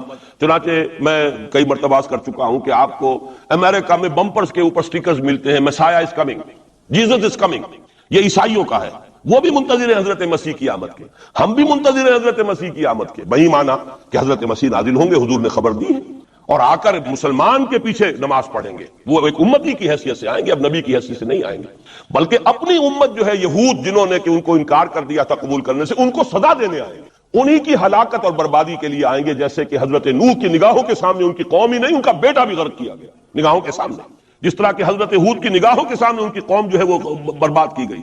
اسی طریقے سے اللہ کا یہ قانون رہا ہے کہ جس قوم کی طرف رسول بھیج دیا، اس قوم نے اگر رد کر دیا دعوت کو، اس قوم کو اسی رسول کے سامنے ہلاک کیا گیا، تاکہ نظر آ جائے کہ یہ تمہارے جو مجرم ہیں یہ کیفر کردار کو پہنچ گئے۔ یہ ہے معاملہ کہ جو یہودیوں کے ساتھ بعد میں پیش آنا ہے، اس کے بعد تو پھر وہ اسلام کے غلبے کا دور آ جائے گا، لیکن اس سے پہلے مسلمانوں پر شدید ترین عذاب کا دور آ رہا ہے، اور یہ خبریں جو ہیں یہ بھی احادیث میں۔ اسی لیے میں نے کہا تھا کہ موجودہ حالات اور امیڈیٹ فیوچر بہت ڈارک ہے، بہت گلومی ہے مسلمانوں کے لیے۔ البتہ مسلمانوں میں اور مسلمانوں میں ایک فرق ہے، یہ اس کو نوٹ، یہ میں ساری باتیں جو کہہ رہا ہوں محکمات قرآنی کی بنیاد پر کہہ رہا ہوں۔ میرا تو بہرحال جو بھی اب زندگی گزری ہے قرآن مجید کے پڑھنے پڑھانے میں گزری ہے، اسی پر سوچ بچار ہے، گفتگو میری ہے تو قرآن کے حوالے سے الحمدللہ، دعوت ہے تو قرآن کی ہے، تو میں جو کچھ کہہ رہا ہوں، لیکن اب ہر چیز کے لیے تفاصیل سے اور تفصیل کے ساتھ دلائل بیان کرنے کا یہ وقت نہیں ہے، مختلف مواقع پر میں اس کے لیے دلائل دیتا رہا ہوں، لیکن نوٹ کر لیجئے میں نے اسی مسجد میں ایک دفعہ ہیومن جیوگرافی کا لفظ استعمال کیا تھا کہ یہ جو تاریخ انسانی ایک جغرافیہ بھی ہے، تقریباً 600 کروڑ دنیا میں اس وقت حضرت آدم کی نسل آباد ہے، ان میں سے 1/5 1 ارب سے زائد ہے، 120 کروڑ کے لگ بھگ ہیں مسلمان، ان سے دگنے ہیں عیسائی حضرت مسیح علیہ السلام کے نام لیوا، باقی جو ہے وہ پھر بقیہ ہیں، ہندو ہیں، بدھ ہیں، یہ ہیں وہ ہیں، لیکن یہ سمجھ لیجئے کہ یہ ہے ہمارا اس وقت ہیومن جیوگرافی کا ایک معاملہ۔ یہ جو 120 کروڑ کے قریب مسلمان ہیں، کلمہ گو ہے، محمد کا امتی ہے صلی اللہ علیہ وسلم، اب اس کے 2 حصے کر لیجئے، 20 کروڑ کے لگ بھگ ہے عرب، اور عرب سے مراد ہے جن کی اس وقت مادری زبان عربی ہے، جو عربی بولتے ہیں، عربی سمجھتے ہیں، عربی ان کی زبان، نسلاً سب کے سب عرب نہیں ہیں، ان میں بربر بھی ہے، شمالی افریقہ کے بربر ہیں نسلی طور پر، لیکن یہ کہ جب مسلمان وہاں غالب آ گئے ان کی زبان ہی ختم ہو گئی، تہذیب بھی ختم ہو گئی، وہ بالکل پورے عربائزڈ ہو گئے، یہاں تک کہ سوڈانی پورے عربائزڈ ہیں، ان کی عربی زبان ہے، عربی بولتے ہیں، تو یہ سب کے سب جو اس وقت میں عرب جو کہہ رہا ہوں وہ در حقیقت عرب جو کہ عربی بولنے والے عرب، اور دوسرے جو ہے نان عرب وہ تقریباً 100 کروڑ، اور اس میں بھی نوٹ کر لیجئے ان میں سے لگ بھگ 40 کروڑ سب کانٹیننٹ میں آباد ہے، سب کانٹیننٹ پاکستان، بھارت اور بنگلہ دیش، 40 کروڑ، کتنی بڑی تعداد ہے امت مسلمہ کا 1/3، اگر ٹوٹل 120 کروڑ ہے تو ٹوٹل کا 1/3 جو ہے وہ ان 3 ملکوں کے اندر ہے جو کبھی ایک ہندوستان ہوتا تھا، اسی لیے میں اس کے لیے لفظ استعمال کرتا ہوں بر عظیم پاک و ہند، اس میں 40 کروڑ کے قریب مسلمان۔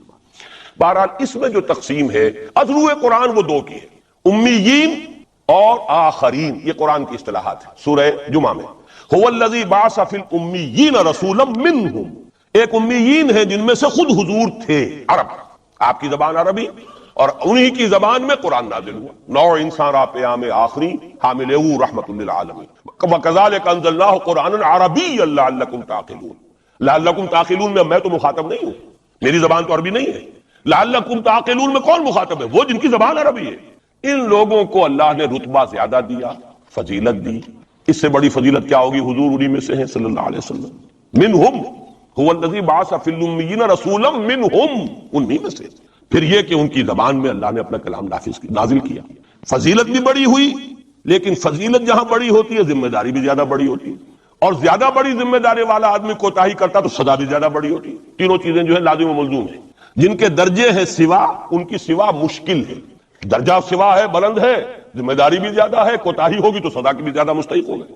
اس کا مصداق ہے عالم عرب، خاص طور پر وہ جو اصل عرب ہے پرانے، لیکن طبعاً چاہے وہ غیر عرب تھے لیکن عربی زبان اب ان کی مادری زبان ہو چکی ہے، وہ بھی اس میں شامل ہو گئی، ان پر اصل سزا کا دور ان پر آنا ہے، اور ایک عجیب بات ہے انہی پر اصلاً ایک سزا کا دور پہلے بھی آیا تھا، یہ سیکنڈ ٹائم ہے، جیسے کہ بنی اسرائیل کے بارے میں آیا ہے، وَقَضَيْنَا إِلَىٰ بَنِي إِسْرَائِيلَ فِي الْكِتَابِ لَتُفْسِدُنَّ فِي الْأَرْضِ مَرَّتَيْنِ وَلَتَعْلُنَّ عُلُوًّا كَبِيرًا، بنی اسرائیل کے لیے بھی ہم نے طے کر دیا تھا کہ 2 مرتبہ تم 2 سرکشی کرو گے اور ہمارے عذاب کے کوڑے تمہاری پیٹھ پر برسیں گے۔ یہی معاملہ بنی اسماعیل کا ہے، پہلا دور ان پر آیا تھا کب؟ آج سے 750 برس قبل، کروڑوں قتل کروائے تاتاریوں کے ہاتھوں، ان کی حکومت ختم، آخری خلیفہ بنی عباس اس کو نکال کر محل سے اور جانور کی ایک کھال کے اندر لپیٹ کر، اور تاتاریوں نے اپنے گھوڑوں کے سموں تلے کچل دی، اور پھر انہی تاتاریوں کو اسلام کی توفیق دے دی، اسلام کا جھنڈا ان کے ہاتھ میں تھما دیا ہے، آیا فتنہ تاتار کے افسانے سے پاسماں مل گئے کعبے کو صنم خانے۔ اس کے بعد کچھ عرصے رہا معاملہ ہسپانیہ میں عربوں کا، آج سے 500 برس قبل وہ بھی ختم ہو گئی، تو عربوں پر ایک دور تو وہ آ چکا، لیکن وہ دور ایکسٹرمینیشن کا نہیں تھا، وہ دور کاہے کا تھا؟ معزول کر دیے گئے، امت کی جو قیادت تھی وہ غیر عرب کو منتقل ہو گئی۔ ترک کون تھے؟ غیر عرب، ترکوں ہی کے اندر سے یہ 4 جو ہے یہ سٹاکس نکلے ہیں، ایک سٹاک ایک ہے، 4 اس میں سے آپ کہہ لیجئے یہ مختلف اس کی شاخیں ہیں۔ ترکان تیموری ہندوستان میں آ گئے، ترکان صفوی ایران میں آ گئے، ترکان سلجوقی مڈل ایسٹ میں رہے بہت عرصے تک، اور پھر ترکان عثمانی کا تو کہنا ہی کیا ہے، وہ تو گویا کہ جو وہ رومن امپائر تھی اس کا جانشین جو بنا ہے وہ در حقیقت اس کے بعد وہ تو آل عثمان کی حکومت ہے۔ ترکان عثمانی، یہ عثمان حضرت عثمان نہیں ہے رضی اللہ تعالیٰ عنہ، یہ ایک تاتاری سردار ہے عثمان، جن کی اولاد ہے جس کو آپ آٹومان ٹرکس کہتے ہیں، اور یہ پھر سلطنت جو ہے آٹومان گریٹ آٹومان کنگڈم جو کہ اب ختم ہوئی ہے اس صدی میں، پہلی یہ جو صدی ہے اس کی ابتدا میں پہلی جنگ عظیم کے بعد اس کا خاتمہ ہوا ہے، اس کا بس صرف ایک سمجھیے کہ نشان ترکی کی شکل میں رہ گیا ہے، باقی وہ گریٹ امپائر جو ختم ہو۔ اسی کے ریمننٹس بوسنیا میں بیٹھے ہوئے جن کے اوپر اس وقت ظلم ہو رہا ہے، انہی کے جارجیا میں بیٹھے ہوئے، جارجینز تو ہے بھی اصل میں ٹرک، نسل ٹرک ہے، بوسنینز جو ہے ٹرکس نہیں ہے، لیکن یہ اسی زمانے میں اسلام لائے تھے جبکہ یہاں پر آل عثمان کی حکومت قائم ہوئی تھی اور پورا مشرقی یورپ جو ہے وہ ترکان عثمانی کے زیر نگین تھا۔ بہرحال یہ ایک صدا کا دور جو ہے وہ تو آ چکا، دوسری صدا اور سختر صدا کا دور اب آ رہا ہے۔ اس کا آغاز گلف وار سے ہو چکا ہے۔ جیسا کہ میں نے عرض کیا، ٹائم ٹیبل کوئی نہیں دیا جا سکتا، خبریں موجود ہیں اس کے بعد یہ ہونا ہے، یہ ہونا ہے، یہ ہونا ہے، اور 8 اقساط میں ہم ندائے خلافت میں وہ مضمون شائع کر چکے ہیں جس میں احادیث میں زیادہ تر سنن ابی داؤد کی روایات ہیں، بڑی تفصیل موجود ہے۔ اور یہ ہے مجھے بھی پسند نہیں، آپ کو بھی پسند نہیں، اور پسند نہ ہونے کی وجہ سے زبان پر ہم نہیں لاتے، اسی وجہ سے لوگ جو ہے ناواقف ہیں۔ یہ سارے ممالک حدیث میں موجود ہے کہ مسلمانوں کے ہاتھوں سے نکل جائیں گے جنہیں یہودی گریٹر اسرائیل میں شامل کرتے ہیں۔ شام سارا، عراق سارا، مصر کا ڈیلٹا جتنا علاقہ زرخیز ہے اس کا جو بھی اچھا علاقہ ہے سارا، شمالی حجاز کا علاقہ سارا، یہاں تک کہ حدیث میں تو آتا ہے کہ مدینے کے دروازوں تک پہنچ جائیں گے لیکن مدینے میں داخل نہیں ہو سکیں گے، اللہ تعالیٰ خصوصی حفاظت فرمائے گا۔ لیکن یہ کہ مدینے کے دروازے، اب مدینے سے اوپر کتنا حجاز کا علاقہ ہے، عرب کا، سعودی عرب کا، ترکی کا بھی مشرقی علاقہ جو ہے، یہ سارا موجود ہے احادیث کے اندر موجود ہے۔ تو یہ بڑی تلخ بھٹی آنے والی ہے۔ لیکن دوسری بات جو میں عرض کرتا رہا ہوں، اب اس کے حوالے سے آئیے اس روح عرضی پر، اچھا یہ بات بھی صاحب نے رکھ لیجئے، یہ کیوں ہے سزا؟ سزا اس لیے ہے کہ ہم نے اسلام سے بے وفائی کی، سیدھی بات ہے۔ اللہ کو تو نہ ہم سے کوئی دشمنی ہے نہ ہمارے دشمنوں سے کوئی اس کی دوستی ہے، معاذ اللہ ثم معاذ اللہ۔ اس کی دوستی کہاں، کفار سے کہاں ہوگی؟ نبوکدنضر کے ہاتھوں بنی اسرائیل کو پٹوایا تھا اگر، تو کیا نبوکدنضر سے دوستی تھی اللہ کی؟ اور کیا اسرائیلیوں سے اور یہودیوں سے کوئی دشمنی تھی؟ ان کو تو غرہ یہ تھا کہ نحن ابناء اللہ واحباؤہ، ہم تو اللہ کے بیٹوں کے مانند ہیں، ہمیں تو آگ بھی نہیں چھو سکتی، لن تمسنا النار الا ایاما معدودات، آئے گی بھی تو چند دن کے لیے چھوئے گی، ہمیں فوراً نکال لے گا اللہ، ہم تو اس کے بیٹوں کے مانند ہیں، چہیتے ہیں، ابراہیم کی نسل سے، ہم سب محمد کی نسل سے نہیں ہیں صلی اللہ علیہ وسلم۔ وہ تو صرف سادات جو بھی ہے، سچے سادات ہیں یا بنے ہوئے سادات ہیں، وہی دعویٰ کر سکتے ہیں نا کہ وہ حضور کی نسل، اور وہ بھی نسل کیا ہے، حضور کی تو نہیں، وہ تو حضرت علی کی نسل ہے۔ نسل بیٹی سے تو چلتی نہیں ہے، وہ تو بیٹے سے چلتی ہے۔ حضور صلی اللہ علیہ وسلم کی اصل نسل جو ہے وہ تو اللہ تعالیٰ نے چلائی نہیں، وہ تو حضرت ابراہیم کا بھی انتقال ہوا ہے، اور اس کی اپنی جگہ پر ایک حکمت ہے، وہ اس وقت میرا موضوع نہیں ہے۔ تو ہم تو نسل نہیں ہے محمد کی صلی اللہ علیہ وسلم، کم سے کم میں تو نہیں ہوں اسی، لیکن وہ یہودی تو کہتے ہیں ہم ابراہیم کی نسل ہیں، سب کے سب، تو انہیں تو یہ غرہ ہونا جو ہے، یعنی معلوم ہوتا ہے کہ وزن ہے ان کی بات میں، نحن ابناء اللہ واحباؤہ، وہ ابراہیم جسے خلیل اللہ قرار دے رہا ہے اللہ تعالیٰ، میرا خلیل ہے، واتخذ اللہ ابراہیم خلیلا، جسے امام الناس قرار دے رہا ہے، انی جاعلک للناس اماما، جو ابو الانبیاء ہے، جس کی نسل میں سینکڑوں نبی آ گئے، اس کی، جب ہم اس کی اولاد ہیں تو اللہ کے ہاں ہمارے ساتھ تو پریفرنشل ٹریٹمنٹ ہوگا۔ یہ ان کو غرہ تھا، یہی ہمیں۔ لیکن جان لیجئے جب انہیں پٹوایا، جب قرآن مجید نے کہا فَلِمَ يُعَذِّبُكُم بِذُنُوبِكُم، ایسا ہی تمہارا غرہ ہے، تم اللہ کے چہیتے ہو تو اللہ تمہیں کیوں سزائیں دیتا رہا ہے؟ نبوکدنضر سے کیوں پٹوایا، رومن سے کیوں پٹوایا، اس صدی میں جرمنوں سے کیوں پٹوایا، لاکھوں کی تعداد کے اندر؟ معلوم ہوا کہ اللہ کا معاملہ جس قوم سے بھی ہے، کووننٹ ہے، وہ میثاق ہے ہمارا اللہ کے ساتھ، میثاق قرآن ہے ہمارا، ان کا میثاق تورات تھی، پکڑو اس کو، خذوا ما آتیناکم بقوۃ، پکڑو اس کو مضبوطی کے ساتھ جو ہم نے تمہیں دیا ہے۔ اگر اس سے بے وفائی کرو گے تو ہم سے کوئی تعلق نہیں، بلکہ تم مجرم ہوگے اصل۔ باقی لوگوں کے پاس تو کتاب ہے نہیں، شریعت ہے نہیں، دین ہے نہیں، ان کو تو پہنچانا تمہارے ذمہ تھا، تم تو ان کو کیا پہنچاتے، خود اس سے بے وفائی کر بیٹھے ہو، لہذا ساری دنیا کی گمراہی کی ذمہ داری بھی تمہارے کندھوں پر ہے۔ یہ ہے وہ جرم جس کی بنا پر سزا ملے گی، سزا کے مستحق ہیں ہم، اور ہم میں سب سے بڑھ کر عرب ہیں جن کی مادری زبان عربی ہے، جن کو صرف نحو پڑھنے کی ضرورت نہیں قرآن سمجھنے کے لیے، وہ تو از دل خیزت بر دل ریزت، براہ راست کمیونیکیشن قرآن سے ہو رہی ہے۔ وہ بے وفائی کریں تو ظاہر بات ہے مہا مجرم وہ ہے۔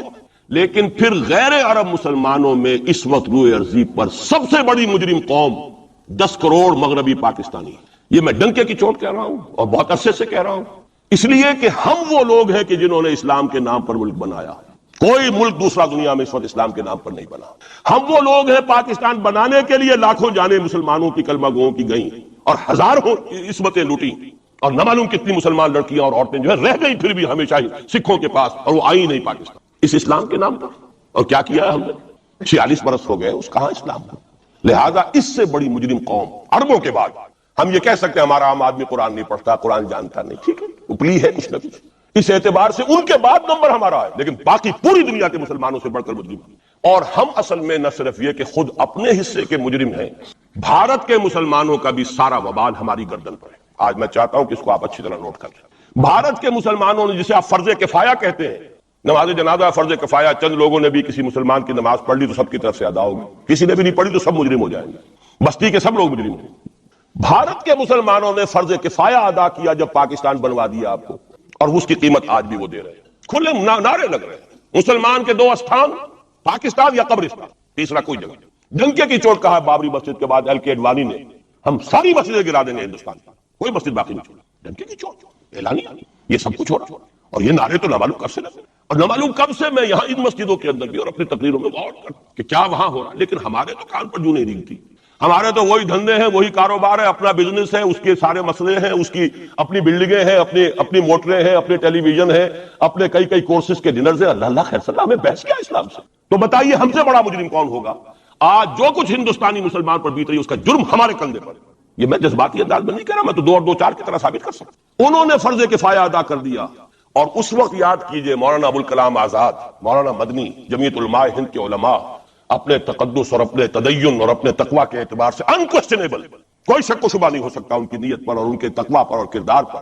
انہوں نے کیا کہا تھا؟ یہی کہا تھا کہ یہ پاکستان بنا کر تم مسلمانان ہند کو 3 حصوں میں تقسیم کر دو گے. 3 میں کہا تھا، 2 میں نہیں، 3 میں.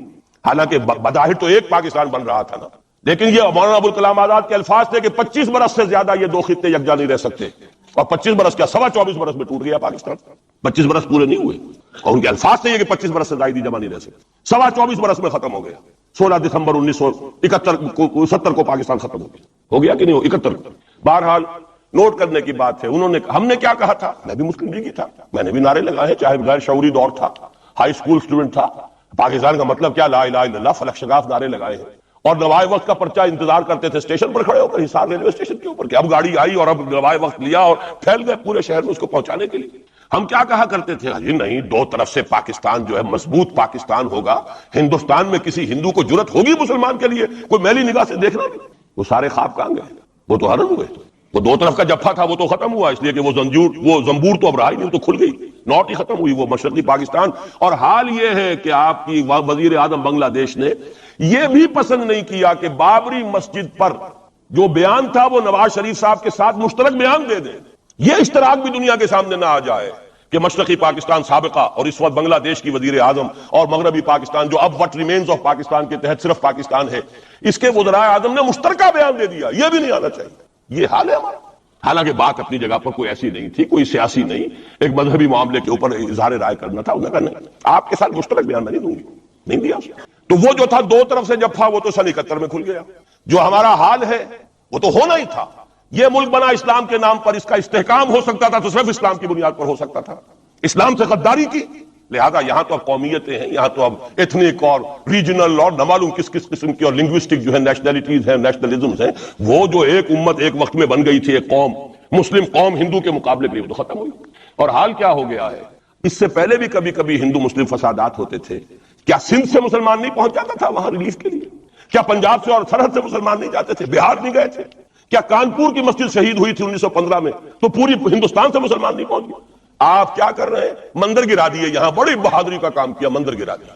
شرم سے ڈوب مرنے کا مقام ہے. یہاں بھی گویا کہ ہم اپنے عمل سے اسلام کی مخالفت کر رہے ہیں. اسلام تو اجازت نہیں دیتا. آپ کسی اور کے جرم کی سزا کسی اور شخص کو نہیں دے سکتے. ہمارے پاس تو یہ سیکریٹ ٹرسٹ ہیں. یہ لوگ ذمہ وہ اپنے آپ کو منواتے نہیں، لیکن ہمارے تصور سے، اسلام کے تصور سے ذمہ ہے. ان کی جان، مال، عزت، آبرو، ان کی عبادت گاہوں کی حفاظت کا ذمہ ہے ہمارا. ایک بڑی بہادری کی ہے. ذرا سوچئے تو صحیح کیا دنیا نے سوچا ہوگا. اور نتیجہ کیا نکلا؟ اگر کسی درجے میں بھی بابری مسجد کی شہادت پر کوئی دنیا میں کوئی رائے عامہ ہو سکتی تھی کوئی ہندوستان کے خلاف، ختم ہو گئی. جو انہوں نے کیا 10 گنا تم نے کر لیا. تم نے ایک مسجد گرائی ہے، تم نے اتنے 100 کہتے ہیں، پتہ نہیں، مجھے تو معلوم نہیں 100 گرائے کتنے گرائے ہیں. بہرحال جتنے مندر تھے تم نے گرا دیے. فرق کیا ہے؟ ایک کردار ہے تمہارا، ایک ہی تمہارا اخلاق ہے، ایک ہی تمہارا معیار ہے، کوئی فرق ہی نہیں. بلکہ وہاں تو کم سے کم یہ تو رہا ہے دنیا کی آنکھوں میں دھول ڈالنے کے لیے، کم سے کم یہ کہ فارن منسٹری جو ہے اس نے ڈیزائن کیا. ہم نے مان لیا کہ ہم نہیں کر سکے، ہم مجبور ہیں. حالانکہ سب ان کی اجازت سے ہوا ہے، بلکہ ان کی ملی بھگت سے ہوا ہے. لیکن یہ کہ کلیان سنگھ نے فوراً استعفیٰ دے دیا، منسٹری ختم. پھر وہ بھارت کی مرکزی حکومت نے اور بھی پارٹیز کو بھی بین کر دیا. اور اس کے بعد یہ ہے کہ انہوں نے حکومتیں بھی 3 اور صوبوں کی توڑ دی. وہ تو سرخرو ہو گئے پوری دنیا کی جو رائے عامہ ہے. ہم اس کے سوا کیا کر سکتے ہیں؟ ہمارا ایک دستور ہے، دستور میں جو بھی صوبائی حکومت ہوتی ہے اس کی اجازت کے بغیر ہم فوج بھیج نہیں سکتے. وہاں پہ صوبائی حکومت تھی، اس نے ہمیں یقین دہانی کرائی تھی، سپریم کورٹ کو بھی یقین دہانی کرا دی تھی کہ مسجد کو کچھ نہیں ہوگا، تو ہم تو اس کے اوپر ڈیپینڈ کر رہے تھے. ہے سب جھوٹ، سب کو پتا تھا جو کچھ ہوگا. اندر خانے ملی بھگت تھی. لیکن یہ ہے کہ کم سے کم انہوں نے فیس سیونگ کے لیے ان کے پاس مواد موجود ہے، آپ کے پاس تو وہ بھی نہیں۔ آپ کے تو اخبارات نے لکھا ہے کہ کارپوریشنز کے ٹریکٹرز جو ہے گئے ہیں گرانے کے لیے، اور وزراء جو ہے، ایک وزیر کا نادر پرویز کا تو نام آیا ہے، اخبار میں خبر تھی، ہم نے بھی پڑھی تھی، فوٹو بھی دیکھا تھا کہ وہ خود ہاتھ میں پھاوڑا لے کر جو ہے وہ منظر گرانے کے لیے چلے۔ یہ جو صورتحال ہے جان لیجئے، اس وقت میں آپ کو بتانا چاہتا ہوں ہندوستان کے مسلمان پر تو جو قیامت بیت رہی ہے۔ میں نے اپنا ایک تاثر کچھ عرصے پہلے یہاں پہ بیان کیا تھا، رہا ہے میرا تاثر، اور وہ ہے اصل میں وہ لاسٹ سپر جو ہے انجیل میں جس کا تذکرہ ہے حضرت مسیح علیہ السلام نے جو آخری کھانا رفع سماوی سے قبل کھایا ہے اس باغ میں جہاں روپوش تھے اپنے حواریین کے ساتھ۔ تو اس میں یہ الفاظ آئے ہیں، میں نہیں جانتا صحیح ہیں غلط ہیں، وہ ایک علیحدہ بات ہے، کہ آپ نے وہ روٹی توڑی اور کہا کھاؤ، eat and this is my flesh, یہ میرا گوشت ہے، کھاؤ، اور اس کو کہتے ہیں وائن، کوئی مشروب ہوگا جو بھی ہوگا، ڈالا کہ پیو، drink and this is my blood. میرا احساس ہمیشہ یہ رہا ہے، اس کے بعد کچھ ماند پڑ گیا، جب یہاں مسلمان نے یہاں مارا ہے اور کچلا ہے اور زندہ آگ میں جلایا، پھر بات ختم ہو گئی، میرے دل کے اوپر سے وہ احساس ختم ہو گئے۔ وہاں ہندو کے ہاتھوں جب مسلمان کے ساتھ یہ کچھ ہوتا تھا تو پھر جب میں کھانا کھاتا تھا محسوس کرتا تھا کہ میں ہندوستانی مسلمان کا گوشت کھا رہا ہوں اور ہندوستانی مسلمان کا خون پی رہا ہوں۔ یہ ہمیں عیش جو یہاں حاصل ہے، جو آرام حاصل ہے، جو ہمیں یہاں پر سہولتیں حاصل ہیں، جو معاشی اس کی کاسٹ پر ہے، اس نے آپ کو یہ ملک لے کر دیا اور آج تک اس کی قیمت ادا کر رہا ہے، اور ہم جو ہے عیش کر رہے ہیں، گل چھرے اڑا رہے ہیں۔ یہاں جس کے پاس 2 پیسے ہو گئے برقع اتار کے اس نے پھینک دیا، کہ معلوم ہوتا ہے کہ یہ تو مفلسی کو چھپانے کا ذریعہ تھا۔ 4 پیسے ہو، اچھے کپڑے پہنے ہوئے ہو، میک اپ صحیح کیا ہوا ہو، تو پھر برقعے کی کیا ضرورت ہے؟ اور میں نے شاید سنا ہے آپ کو، مجھ سے تو چند لڑکیوں نے یہ الفاظ کہے باقاعدہ۔ میں جب پریکٹس کرتا تھا لاہور میں کرشن نگر میں، تو ایک گھرانے کی، اور مجھے معلوم ہوا کہ ان کے والد انتہائی نیک تہجد گزار، کئی لڑکیاں تھی بہنیں، ایک ہی تقریباً عمر 200 سے 1.5 سال کی، کبھی وہ آتی تھی کلینک میں میرے تو برقعے سمیت، کبھی آ رہے ہیں تو بغیر برقعے کے۔ میں نے پوچھا یہ کیا تماشا ہے آپ لوگوں کا، کبھی بغیر برقعے کے کبھی برقعے سمیت۔ صاف جواب دیا، میں ان کے الفاظ کوٹ اینڈ کوٹ میں ان کے الفاظ کوٹ کر رہا ہوں، ڈاکٹر صاحب جب ہمیں کوئی میک اپ کرنے کا، کپڑے بدلنے کا موقع نہیں ملتا تو ہم برقع پہن لیتے ہیں، اور جب ہمیں موقع ملتا پھر ہم برقع کائے کو پہنتے۔ تو گویا کہ اس کو چھپانے کا ذریعہ برقع ہے کہ کپڑے میلے ہیں، میک اپ نہیں کیا تو لہذا برقع پہن لیا۔ یہ ہے حال پاکستان میں اسلام کا جو ہم نے بنایا ہے۔ تو میں جو کچھ دیکھ رہا ہوں وہ یہ ہے کہ ہندوستان میں تو قیامت، اب وہاں جو آفیشیل فگرز ہیں 1000 1200 کتنے ہیں، لیکن کم سے کم 10,000 آدمی، اور اب یہ چین ہے فسادات کی۔ کل کے اخبار میں احمد آباد کی تھی، کبھی کہیں ہے کبھی کہیں ہے، اور واقعہ یہ ہے کہ تبصرے یہ ہو رہے ہیں کہ ہندو فنڈامنٹلزم از آن دی رائز۔ یہ جو کچھ ہوا ہے، جتنا بھی اس کے اندر ان کو گرایا گیا ہے، ان کی حکومتیں گرائی گئی ہیں، اس سے انہیں تقویت حاصل ہو رہی ہے۔ They are getting stronger and stronger. Congress کے لیے اب اپنی جو ہے جان بچانی مشکل ہے، اور اس وقت سب سے بڑا ان کے لیے جو ہو گیا وہ یہ ہے کہ وہ کمیونسٹوں کی سپورٹ کے بغیر چل نہیں سکتے، اور کمیونسٹ جو ہے وہ ان کی جو اس وقت وہ امریکہ کے زیر اثر جو اپنی اکنامک پالیسیز چینج کر رہے ہیں اس کا ساتھ دینے کو تیار نہیں۔ تو یہ ڈائلیما ہے، جبکہ ادھر جو ہے وہ بالکل جو ہندو ذہن ہے وہاں کا ریوائولسٹ ذہن وہ پوری طریقے سے پائے گا۔ تو اب اس وقت میں اس کے حوالے سے عرض کر رہا ہوں کہ ہندوستان اور پھر پاکستان کو علیحدہ نہ سمجھیے، اس لیے کہ ہندوستان کو اگر انہوں نے مسلمانوں سے یا اسلام سے خالی کرا لیا تو پھر ان کے بعد ان کا ٹارگٹ جو ہے پاکستان تو ہے ہی ہے، ہم تو ان کے ٹارگٹ نمبر 1 ہیں۔ ذہناً انہوں نے کبھی پاکستان کو تسلیم نہیں، اور ہمارا اب ساتھی ہے کون؟ اللہ پر تو نہ یقین نہ اس سے ہمارا تعلق، جو معاملہ نہ دارت سخن آشنا نہ باشد۔ اللہ سے تعلق کیا ہے ہمارا؟ اللہ سے کون سی دوستی ہے؟ اللہ کیوں ساتھ ہے ہمارا؟ ہم تو مجرم ہیں نمبر 1 اس کے، اور باقی دنیا میں جن پر سہارا تھا، جن پہ تکیہ تھا، وہی پتے ہوا دینے لگے۔ وہ تو بالکل امریکہ کی پالیسی معلوم ہوتی ہے کہ ہمیں تو ہاتھ پاؤں باندھ کر جیسے ہندو کے سامنے ڈال دیا جائے۔ کبھی وہ ٹیررسٹ اسٹیٹ قرار دینے کی دھمکی آ جاتی ہے، فیلرز کی شکل میں آ جاتی ہے۔ یہ فیلرز دیے جاتے ہیں اس لیے تاکہ بات پہنچ جائے۔ اگر صرف بات اس طریقے سے انڈائریکٹلی پہنچنے سے مطلوبہ مقصد حاصل ہو جائے تو خامخواہ براہ راست کہنے کی ضرورت کیا ہے؟ مطلب تو حاصل ہو۔ سب نے سجدہ سہو کیا ہوا ہے، ہمارے ہاں ہر ادارہ سجدہ سہو کر چکا امریکہ کے سامنے، ٹوٹل سرنڈر۔ اور یہ بات جو قاضی حسین احمد صاحب کہہ رہے ہیں 100% درست ہے، 100% درست ہے، ٹوٹل سرنڈر، چاہے وہ بے نظیر ہو، چاہے وہ نواز شریف ہو، اور چاہے وہ کوئی اور ادارہ ہو آپ کا جو یہاں پہ قوت کا اصل سرچشمہ ہے اور منبع ہے، سب کے سب 100% جو ہے اس کے سامنے سجدہ کر چکے ہیں۔ یہی وجہ ہے کہ وہ بے نظیر کا ساتھ نہیں دے رہے۔ بے نظیر کا ساتھ کائے کو دے؟ اگر نواز شریف ان سے بڑھ کر، ہم بھی ہیں دربار کے، اگر یہ کہنے کے لیے وہ ان سے بڑھ کر تیار ہو تو اسے کیا ضرورت پڑی ہے؟ اس کی کوئی رشتہ داری ہے بے نظیر کے ساتھ یا کسی اور کے ساتھ؟ ہاں اگر نواز شریف کہیں کسی جگہ پر بھی کوئی اپنے پاؤں کو گھسیٹتا، ڈریگ کرتا اپنے فیٹ کو، کہیں کوئی رکاوٹ ڈالتا، پھر ٹھیک ہے، پھر اس کو آلٹرنیٹ لانے کے لیے تو کوئی ہے نہ کوئی سوال۔ لیکن جب وہ ان سے بڑھ کر نیاز مند ہو، ان سے زیادہ بڑھ کر سجدہ کرنے کو تیار ہو، ان سے بڑھ کر کہیں ہم شریعت کوڈ ہی کو اٹھا کے پھینک دیں گے، اگر سود کا معاملہ جو ہے شریعت کوڈ کے حوالے سے ہمارے لیے مصیبت بنا، سود تو دیں گے، چلے گا، لائیے خدا کے لیے لائیے، پیسہ لے کے آئیے، ہمارے ملک میں آئیے، پیسہ لگائیے۔ اور یہ سود وود کا یہ کوئی مولوی لوگ ہیں پاگل جو کہتے ہیں کہ یہ کوئی حرام ہے، اور کوئی پاگل ہمارے شاید وہ کورٹ والے بیٹھے ہوئے تھے جنہوں نے اسے کہہ دیا کہ بینک انٹرسٹ بھی جو ہے ربا ہے. باقی آپ ہم سے کوئی ڈر نہ رکھیے. میرے اسلام کو اب قصہ ماضی سمجھو. ہنس کے وہ مس بولی کہ پھر مجھ کو بھی راضی سمجھو. سیدھی سیدھی بات ہے. جھگڑا تو اسلام سے تمہارے سے تو نہیں. نہ بے نظیر سے جھگڑا ہے اور نہ نواز شریف سے جھگڑا ہے. جھگڑا اسلام سے. اس حوالے سے بہت برا وقت آ رہا ہے. اور اس میں ایک پہلو میں اور چاہتا ہوں کہ آپ حضرات کے سامنے بیان کر دوں. پوری دنیا میں تو فنڈامنٹلسٹ مشہور ہو گیا مسلمان. پوری دنیا کا ذرائع ابلاغ لگے ہوئے ہیں. اصل فنڈامنٹلزم جو ہے، بلکہ دو باتیں عرض کر دوں. ریشزم پوری دنیا میں بدنام گالی، اور اصل ریشسٹ ملک اسرائیل، اسے کوئی کچھ نہیں کہتا. اس لیے کہ وہ مذہبی ریاست نہیں ہے، وہ تو بلکہ یہودیت ہے ہی نسلی مذہب. ساؤتھ افریقہ کیا ہوگا کوئی نسل پرست قوم یا نسل پرست ملک؟ وہ تو کچھ بھی نہیں تھا. اصل جو نسل پرست ہیں وہ تو یہودی ہیں، انہیں کوئی کچھ نہیں کہہ رہا. ریشسٹ وہ. فنڈامنٹلزم اصل جو چلا ہے وہ ہندوستان میں چلا ہے. بدنام پوری دنیا میں مسلمان ہو گیا. لیکن اب اس کا میں بلیم نہ امریکہ کو دے سکتا ہوں نہ کسی اور کو. یہ تو عباد سبا ہم آوردہ توستی، ہمارا اپنا کیا دھرا ہے. میں آپ کو ایک حوالے سے بتا دینا چاہتا ہوں. ہمارے ہاں علامہ مشرقی اٹھے، چپ راس چپ چپ راس چپ اور بیل چاپ پورے ہندوستان کو دہلا دیا. دہل گئی زمین ہندوستان کی، راج کماری سے لے کے درا خیبر تک. اور بڑے بڑے نوٹیبلز. یہ تحریک اتنی عظیم تھی، اتنی آرگنائز تھی. آپ کو معلوم ہے یہ تالپور برادران جو ہے، دونوں بھائی جو تھے، یہ خاکسار تھے. بڑے بڑے لوگ سندھ میں، فرنٹیئر میں، پنجاب میں، ہر جگہ پر.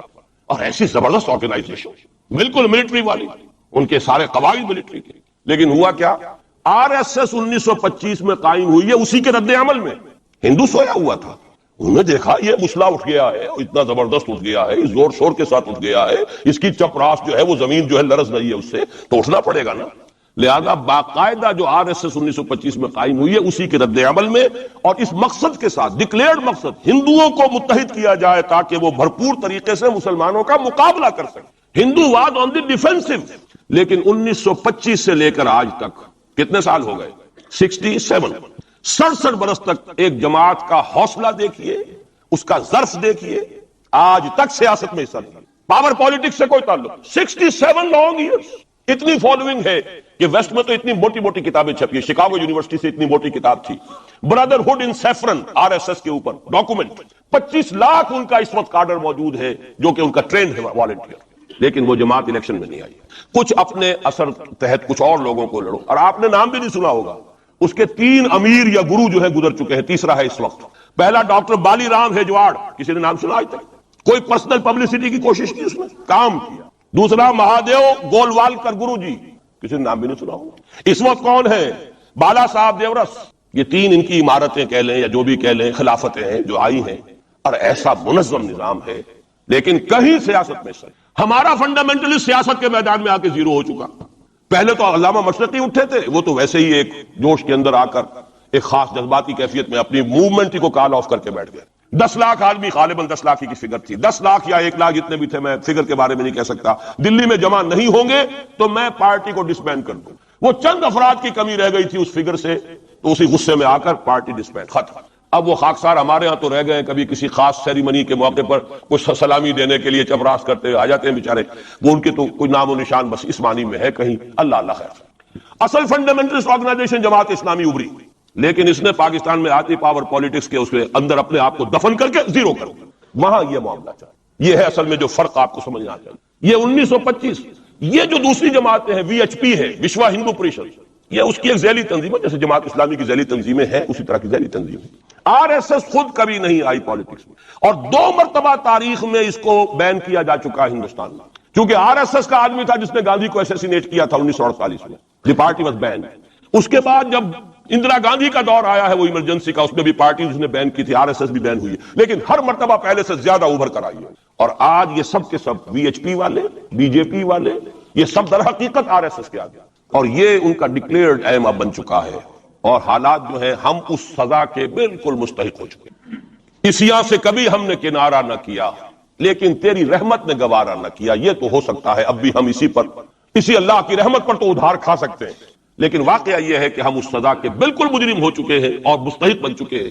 اور نظر یہ آ رہا ہے کہ اب حالات ہمارے لیے زیادہ سے زیادہ پیچیدہ سے پیچیدہ، مشکل سے مشکل، اور زیادہ سے زیادہ جو ہے گمبھیر ہوتے چلے جا رہے ہیں. بھارت میں ہندو فنڈامنٹلزم بڑی تیزی کے ساتھ ایک طوفانی شکل کے اندر آیا ہے، اور بھارت میں تو مسلمان تنظیم کوئی ہے ہی نہیں. آپ کے شاید علم میں آیا 2 جماعتیں بین کر دی، جماعت اسلامی بین. ارے جماعت اسلامی بھارت کی جو اصل جماعت ہے وہ تو ایک علمی کام کرنے والی، دعوتی کام کرنے والی، قرآن مجید کے تراجم شائع کی سیاست میں تو ہے ہی نہیں ہوا. لیکن یہ کہ اس کا اور سوال ہی پیدا نہیں ہوتا ٹیررزم کا یا کسی درجے میں بھی کوئی اس طرح کی ایکٹیویٹی جماعت اسلامی. لیکن وہ ہے نا کہ وہ ترازو کا ایک پلڑا اگر ادھر 3 کو بین کیا تو ادھر بھی 2 تو ہو کم سے کم، وہ جماعت اسلامی بین ہو. ہاں کشمیر میں جماعت اسلامی کا ایک رول ہے، لیکن کشمیر کی جماعت اسلامی علیحدہ جماعت اسلامی ہے، وہ ہندوستان کی جماعت اسلامی سے اس کا تعلق نہیں. جیسے پاکستان کی جماعت اسلامی، مشرقی پاکستان یا بنگلہ دیش کی جماعت اسلامی، ہندوستان کی جماعت اسلامی اور کشمیر کی یہ 4 علیحدہ ہے بالکل، ان کا آپس میں تنظیمی رابطہ کوئی نہیں. کشمیر کی جماعت اسلامی یقیناً ہے، اور یہ سمجھتا ہوں میں، اور یہ صحیح بات ہے، بعض تبصرہ نگاروں نے لکھی بھی ہے کہ اصل میں اس وار سے انہوں نے کشمیر کے مسئلے میں جب یہ بین کیا ہے وہاں کی 3 ہندو جماعتوں کو، تو اس کے ساتھ ہی 2 مسلمانوں کو ایک لپیٹ میں لے کر پارٹیز کو، تو کشمیر میں جو جماعت اسلامی چونکہ ابھی تک وہ بینڈ نہیں تھی اور جماعت اسلامی کا آرگنائزیشنل جو ہے بیکنگ مل رہی تھی حزب المجاہدین کو، جو وہاں پر جو بھی اس وقت جو جد و جہد کر رہی ہے، لہذا اس کو کمزور کرنے کے لیے کیا ہے. لیکن یہ کہ ہندوستان میں کوئی مسلمانوں کی لیڈرشپ ہے ہی نہیں. سارے قائدین تو پاکستان بنا کے پاکستان آ گئے تھے، رہ تو گئے تھے وہاں پہ وہی جمعیت علماء ہند کے لوگ.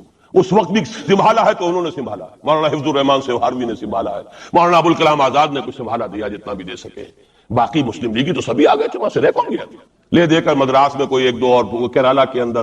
کیرالا میں البتہ یہ کہ راشٹریہ سیوک سنگھ کے مقابلے میں مسلم سیوک سنگھ قائم کیا گیا اور وہ کام بہت اچھا کر رہے تھے، لیکن یہ کہ ان کو بھی بین کر دیا گیا. انہوں نے خود بھی اپنے آپ کو ڈیزالو کر لیا.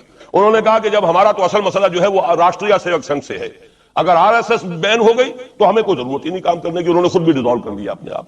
لیکن بہرحال یہ تو میں کچھ تفاصیل ہیں جو آپ کو بتا رہا ہوں. اصل بات یہ ہے کہ اس وقت ہندوستان میں مسلمانوں کی حالت بہت مخدوش ہے. ایک طرف وہاں یہود کے زیر اثر مسلمانان عرب پر تباہی کا دور، کسی بھی وقت کھڑا ہو سکتا ہے کوئی شخص مسیح بن کر، اور خبریں آ رہی ہیں مسیحی حلقوں کے اندر اور وہ یہودیوں کے اندر بھی کہ وہ تو در حقیقت کہیں پیدا بھی ہو چکا ہے اور کہیں پل رہا ہے، بڑھ رہا ہے، یہ ہے وہ ہے. اور جو گرانڈ ماسٹر ہے اس کا فری میسن کا، اس کا نام بھی کوئی صاحب مجھے کل بتا رہے تھے کہ اس کے گھر میں وہ شخص موجود ہے وغیرہ وغیرہ، واللہ عالم. لیکن یہ کہ جو کچھ میری جو بھی بات ہے وہ ہے قرآن اور حدیث کی روح سے. قرآن کا فلسفہ ہے کہ جس قوم کی طرف رسول بھیجا گیا اس نے اگر انکار کیا اس کو ختم کیا جاتا ہے. اس میں ایکسیپشن اب تک ہوئی ہے صرف یہود کی. رسولاً الی بنی اسرائیل کی حیثیت سے حضرت مسیح بھیجے گئے، انہوں نے رد کیا. یہ بھی کنڈیمڈ نیشن ہے، لیکن اس کو اللہ نے باقی رکھا ہوا ہے اس کا کوڑا مسلمان پر مارنے، بدترین عذاب مسلمان پر لانے. اس لیے کہ افضل امت بھی یہی تو ہے نا، سب سے بڑھ کر افضل. سارے نبیوں سے افضل ہمارا نبی صلی اللہ علیہ وسلم، اور ساری امتوں سے افضل ہم مسلمان امت. تو سب سے بڑی سخت سزا کے مستحق بھی تو پھر ہم ہی ہوں گے. یہ مولانا اصلاحی صاحب کا جملہ میں نے پہلے بھی کبھی سنایا ہے کہ وہ کہا کرتے ہیں ان کے خاص علاقے میں اعظم گڑھ میں کہ جب کسی کو سزا دینی ہوتی تھی تو چمار کے ہاتھوں جوتا لگواتے تھے اسے، تاکہ وہ اگر راجپوت کو راجپوت ہی جوتا مارے گا تو اس میں اتنا اس کو درد نہیں ہوگا جتنا کسی راجپوت کو چمار جو ہے اس کے ہاتھ سے جوتا لگوایا جائے. تو یہ یہودیوں کے ہاتھوں مسلمانوں کو پٹوانا در حقیقت یہ عذاب در عذاب ہے. ایک کنڈیمڈ نیشن، ملعون قوم، ضربت علیہم الذلۃ والمسکنۃ وباؤوا بغضب من اللہ، وہ قوم ہے جس کے ہاتھوں مسلمانوں پر ادھر بھی آ رہا ہے اور یہاں بھی سامنے آ چکا ہے. لیکن ابھی وقت ہے اور اس کے لیے میں لایا ہوں آپ کے لیے تحفے کے طور پر سورہ یونس کی ایک آیت.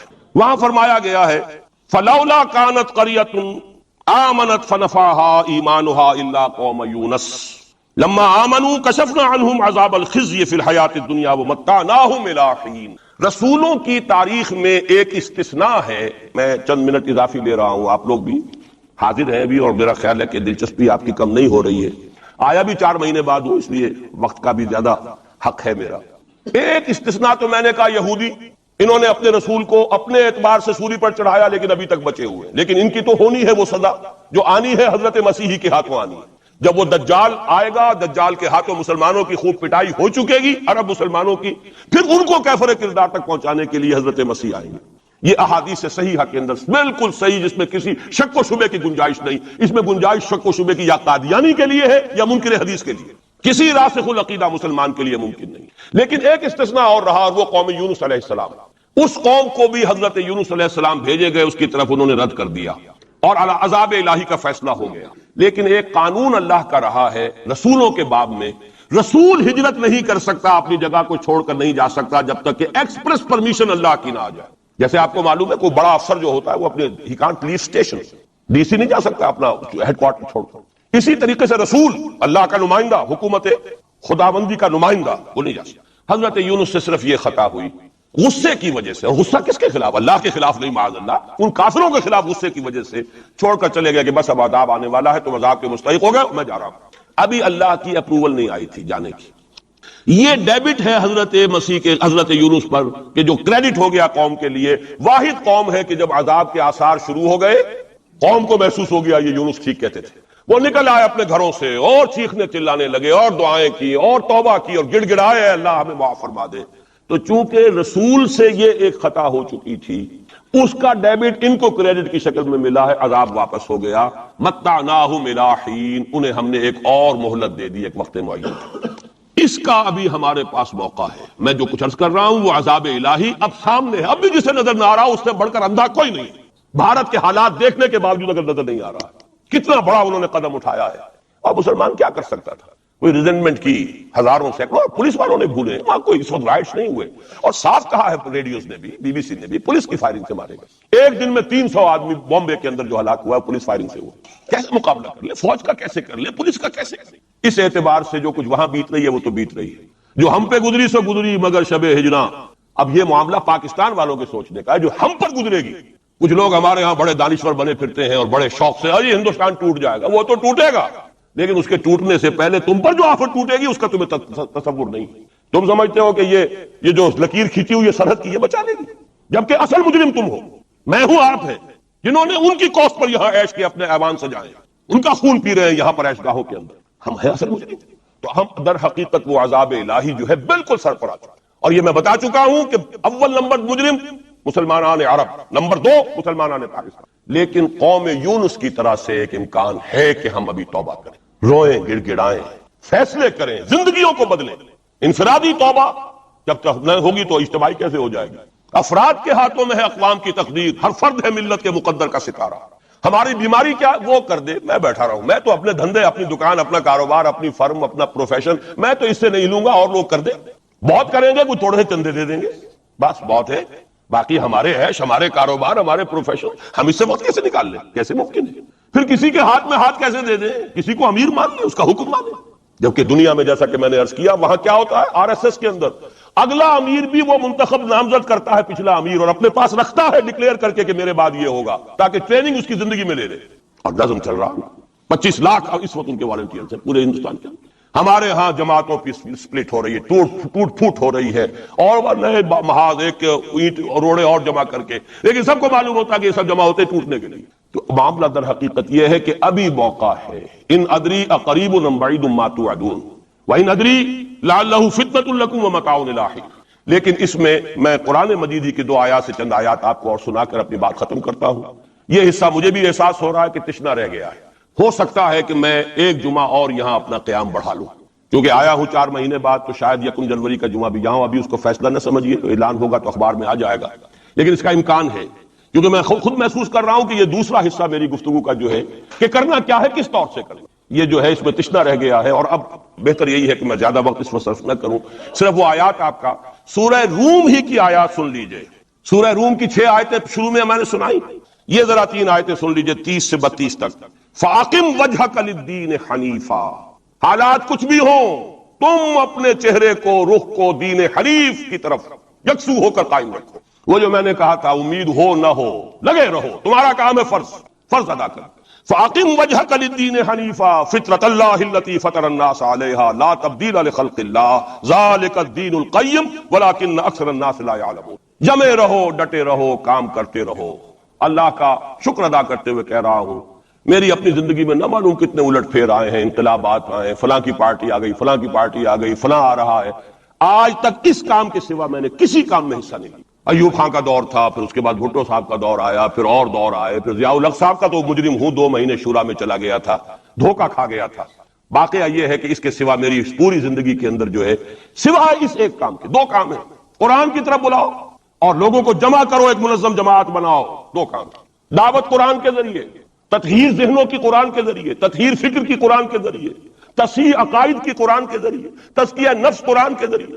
اور پھر جو ان مرحلوں سے گزرے جمع کرو، انہیں مرتب کرو، ایک جماعت بناؤ، قوت بناؤ، سموتات والی جماعت بناؤ. 2 کام کرنے کے انہی میں لگاؤ. تو فاقم وجہک للدین حنیفا، سیدھا رکھو اپنا رخ دین کی طرف.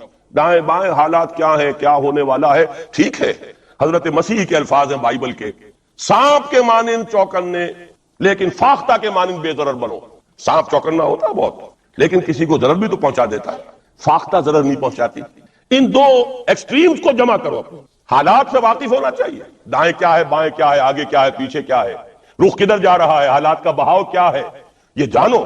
سانپ کے مانند چوکن نہ رہو، لیکن لگے رہو اپنے کام میں، کسی سے دلچسپ۔ ابھی حال ہی میں خیر جو اب حکومت کا ہوا تھا وہ جلسہ جو بابری مسجد پر، انہوں نے تو خیر ہمیں نہیں بلایا، آئے تھے میرے پاس فاروق لغاری صاحب، فاروق احمد لغاری صاحب، کیا ہماری میٹنگ ہو رہی ہے؟ میں نے کہا نہیں، میں نے اپنی رائے جو دی ہے وہ دی ہے، میں دوں گا، لیکن یہ کہ میں کسی سیاسی عمل میں شریک ہونے کے لیے تیار ہوں۔ اب وہ سینیٹر سمیع الحق صاحب آئے ہیں میدان میں پھر نیا محاذ لے کر، میں نے کہا میں تو ایک ہی مرتبہ متحدہ شریعت محاذ کا تجربہ کر کے بھر پایا، پوری زندگی کا تجربہ مجھے مل گیا ہے، میرے پاس وقت ضائع کرنے کے لیے ان کاموں کے لیے نہیں۔ یہ محاذ جو ہے ان مل بے جوڑ لوگوں کو جمع کر لینا، اور پھر جو علیحدگیاں ہوتی ہیں اور الزامات ایک دوسرے پر لگتے ہیں، اس سے کیے دھرے کے اوپر پانی ہی نہیں پھرتا، وہ پچھلا بھی جو ہے ہفتے اعمال نہ معلوم کتنی دیر کا ہو جاتا ہے۔ نہیں آئے وہ جو NBA کا ہوا تھا ایک کنونشن، ایک صاحب آئے تھے اس کے لیے بھی دعوت دینے کے لیے، انہوں نے پھر جب میں نے انکار کیا تو انہوں نے وعدہ لے لیا تھا کہ کم سے کم آپ میرا نام نہ بتائیے گا کہ بے عزتی ہوگی کہ میں گیا تھا، اور آپ نے مانا نہیں۔ نہ NDA کی کنونشن میں گیا، نہ میں PDA کی کنونشن میں گیا، نہ میں یہ ابھی جو ہوئی ہے کوئی علماء کی مفتی یہ اپنے سینیٹر کیا نام ہے سمیع الحق صاحب، اس دو کاموں کے سوا مجھے اپنا وقت کسی اور کام میں نہیں لگا، سیاست میں جانا ہی نہیں، الیکشن کا رخ ہی نہیں کرنا، بلکہ یہ قرآن کے ذریعے سے دعوت، اسی لیے میں آیات سنا رہا ہوں، فاقم وجہک للدین الحنیفہ فطرۃ اللہ التی فطر الناس علیہا، اور آگے فرمایا منیبین الیہ، اپنا رخ اسی کی طرف رکھتے ہوئے، واتقوہ، تقوی اختیار کرو، واقیموا الصلاۃ ولا تکونوا من المشرکین، نماز قائم رکھو اور دیکھو مشرکوں میں سے نہ ہونا، شرک کی آلائش سے اپنے آپ کو پاک کرتے رہو، دھوتے رہو اور دھو، شرک کی کوئی آمیزش نہ رہے۔ اور دوسرا کام یہ سورہ سجدہ کی آیات ہیں، وَمَنْ أَظْلَمُ مِمَّنْ ذُكِّرَ بِآيَاتِ رَبِّهِ ثُمَّ أَعْرَضَ عَنْهَا إِنَّا مِنَ الْمُجْرِمِينَ مُنْتَقِمُونَ۔ یہ الفاظ بڑے سخت ہیں، ان لوگوں سے بڑھ کر ظالم کون ہوگے جنہیں ان کے رب کی آیات کے ذریعے سے نصیحت کی جاتی ہے۔ میں نے جو نصیحت کی ہے اللہ کی کتاب کے حوالے سے، جو دعوت ہے میری قرآن کے ذریعے سے، میں نے کوئی کہانیاں، اپنے فلسفے، اپنے کوئی نظریے نہیں تراشے ہیں، قرآن کی دعوت، تعلیم و تعلم قرآن۔ جس قوم نے اس دعوت کو رد کیا، وَمَنْ أَظْلَمُ مِمَّنْ ذُكِّرَ بِآيَاتِ رَبِّهِ ثُمَّ أَعْرَضَ عَنْهَا اِنَّا مِنَ الْمُجْرِمِينَ مُنْتَقِمُونَ۔ ایسے مجرموں سے تو میں انتقام لے کر رہوں۔ اللہ بچائے، اپنے دامن رحمت میں لے لے، ہمیں کوئی مہلت دے توبہ کرنے کی اور اسلام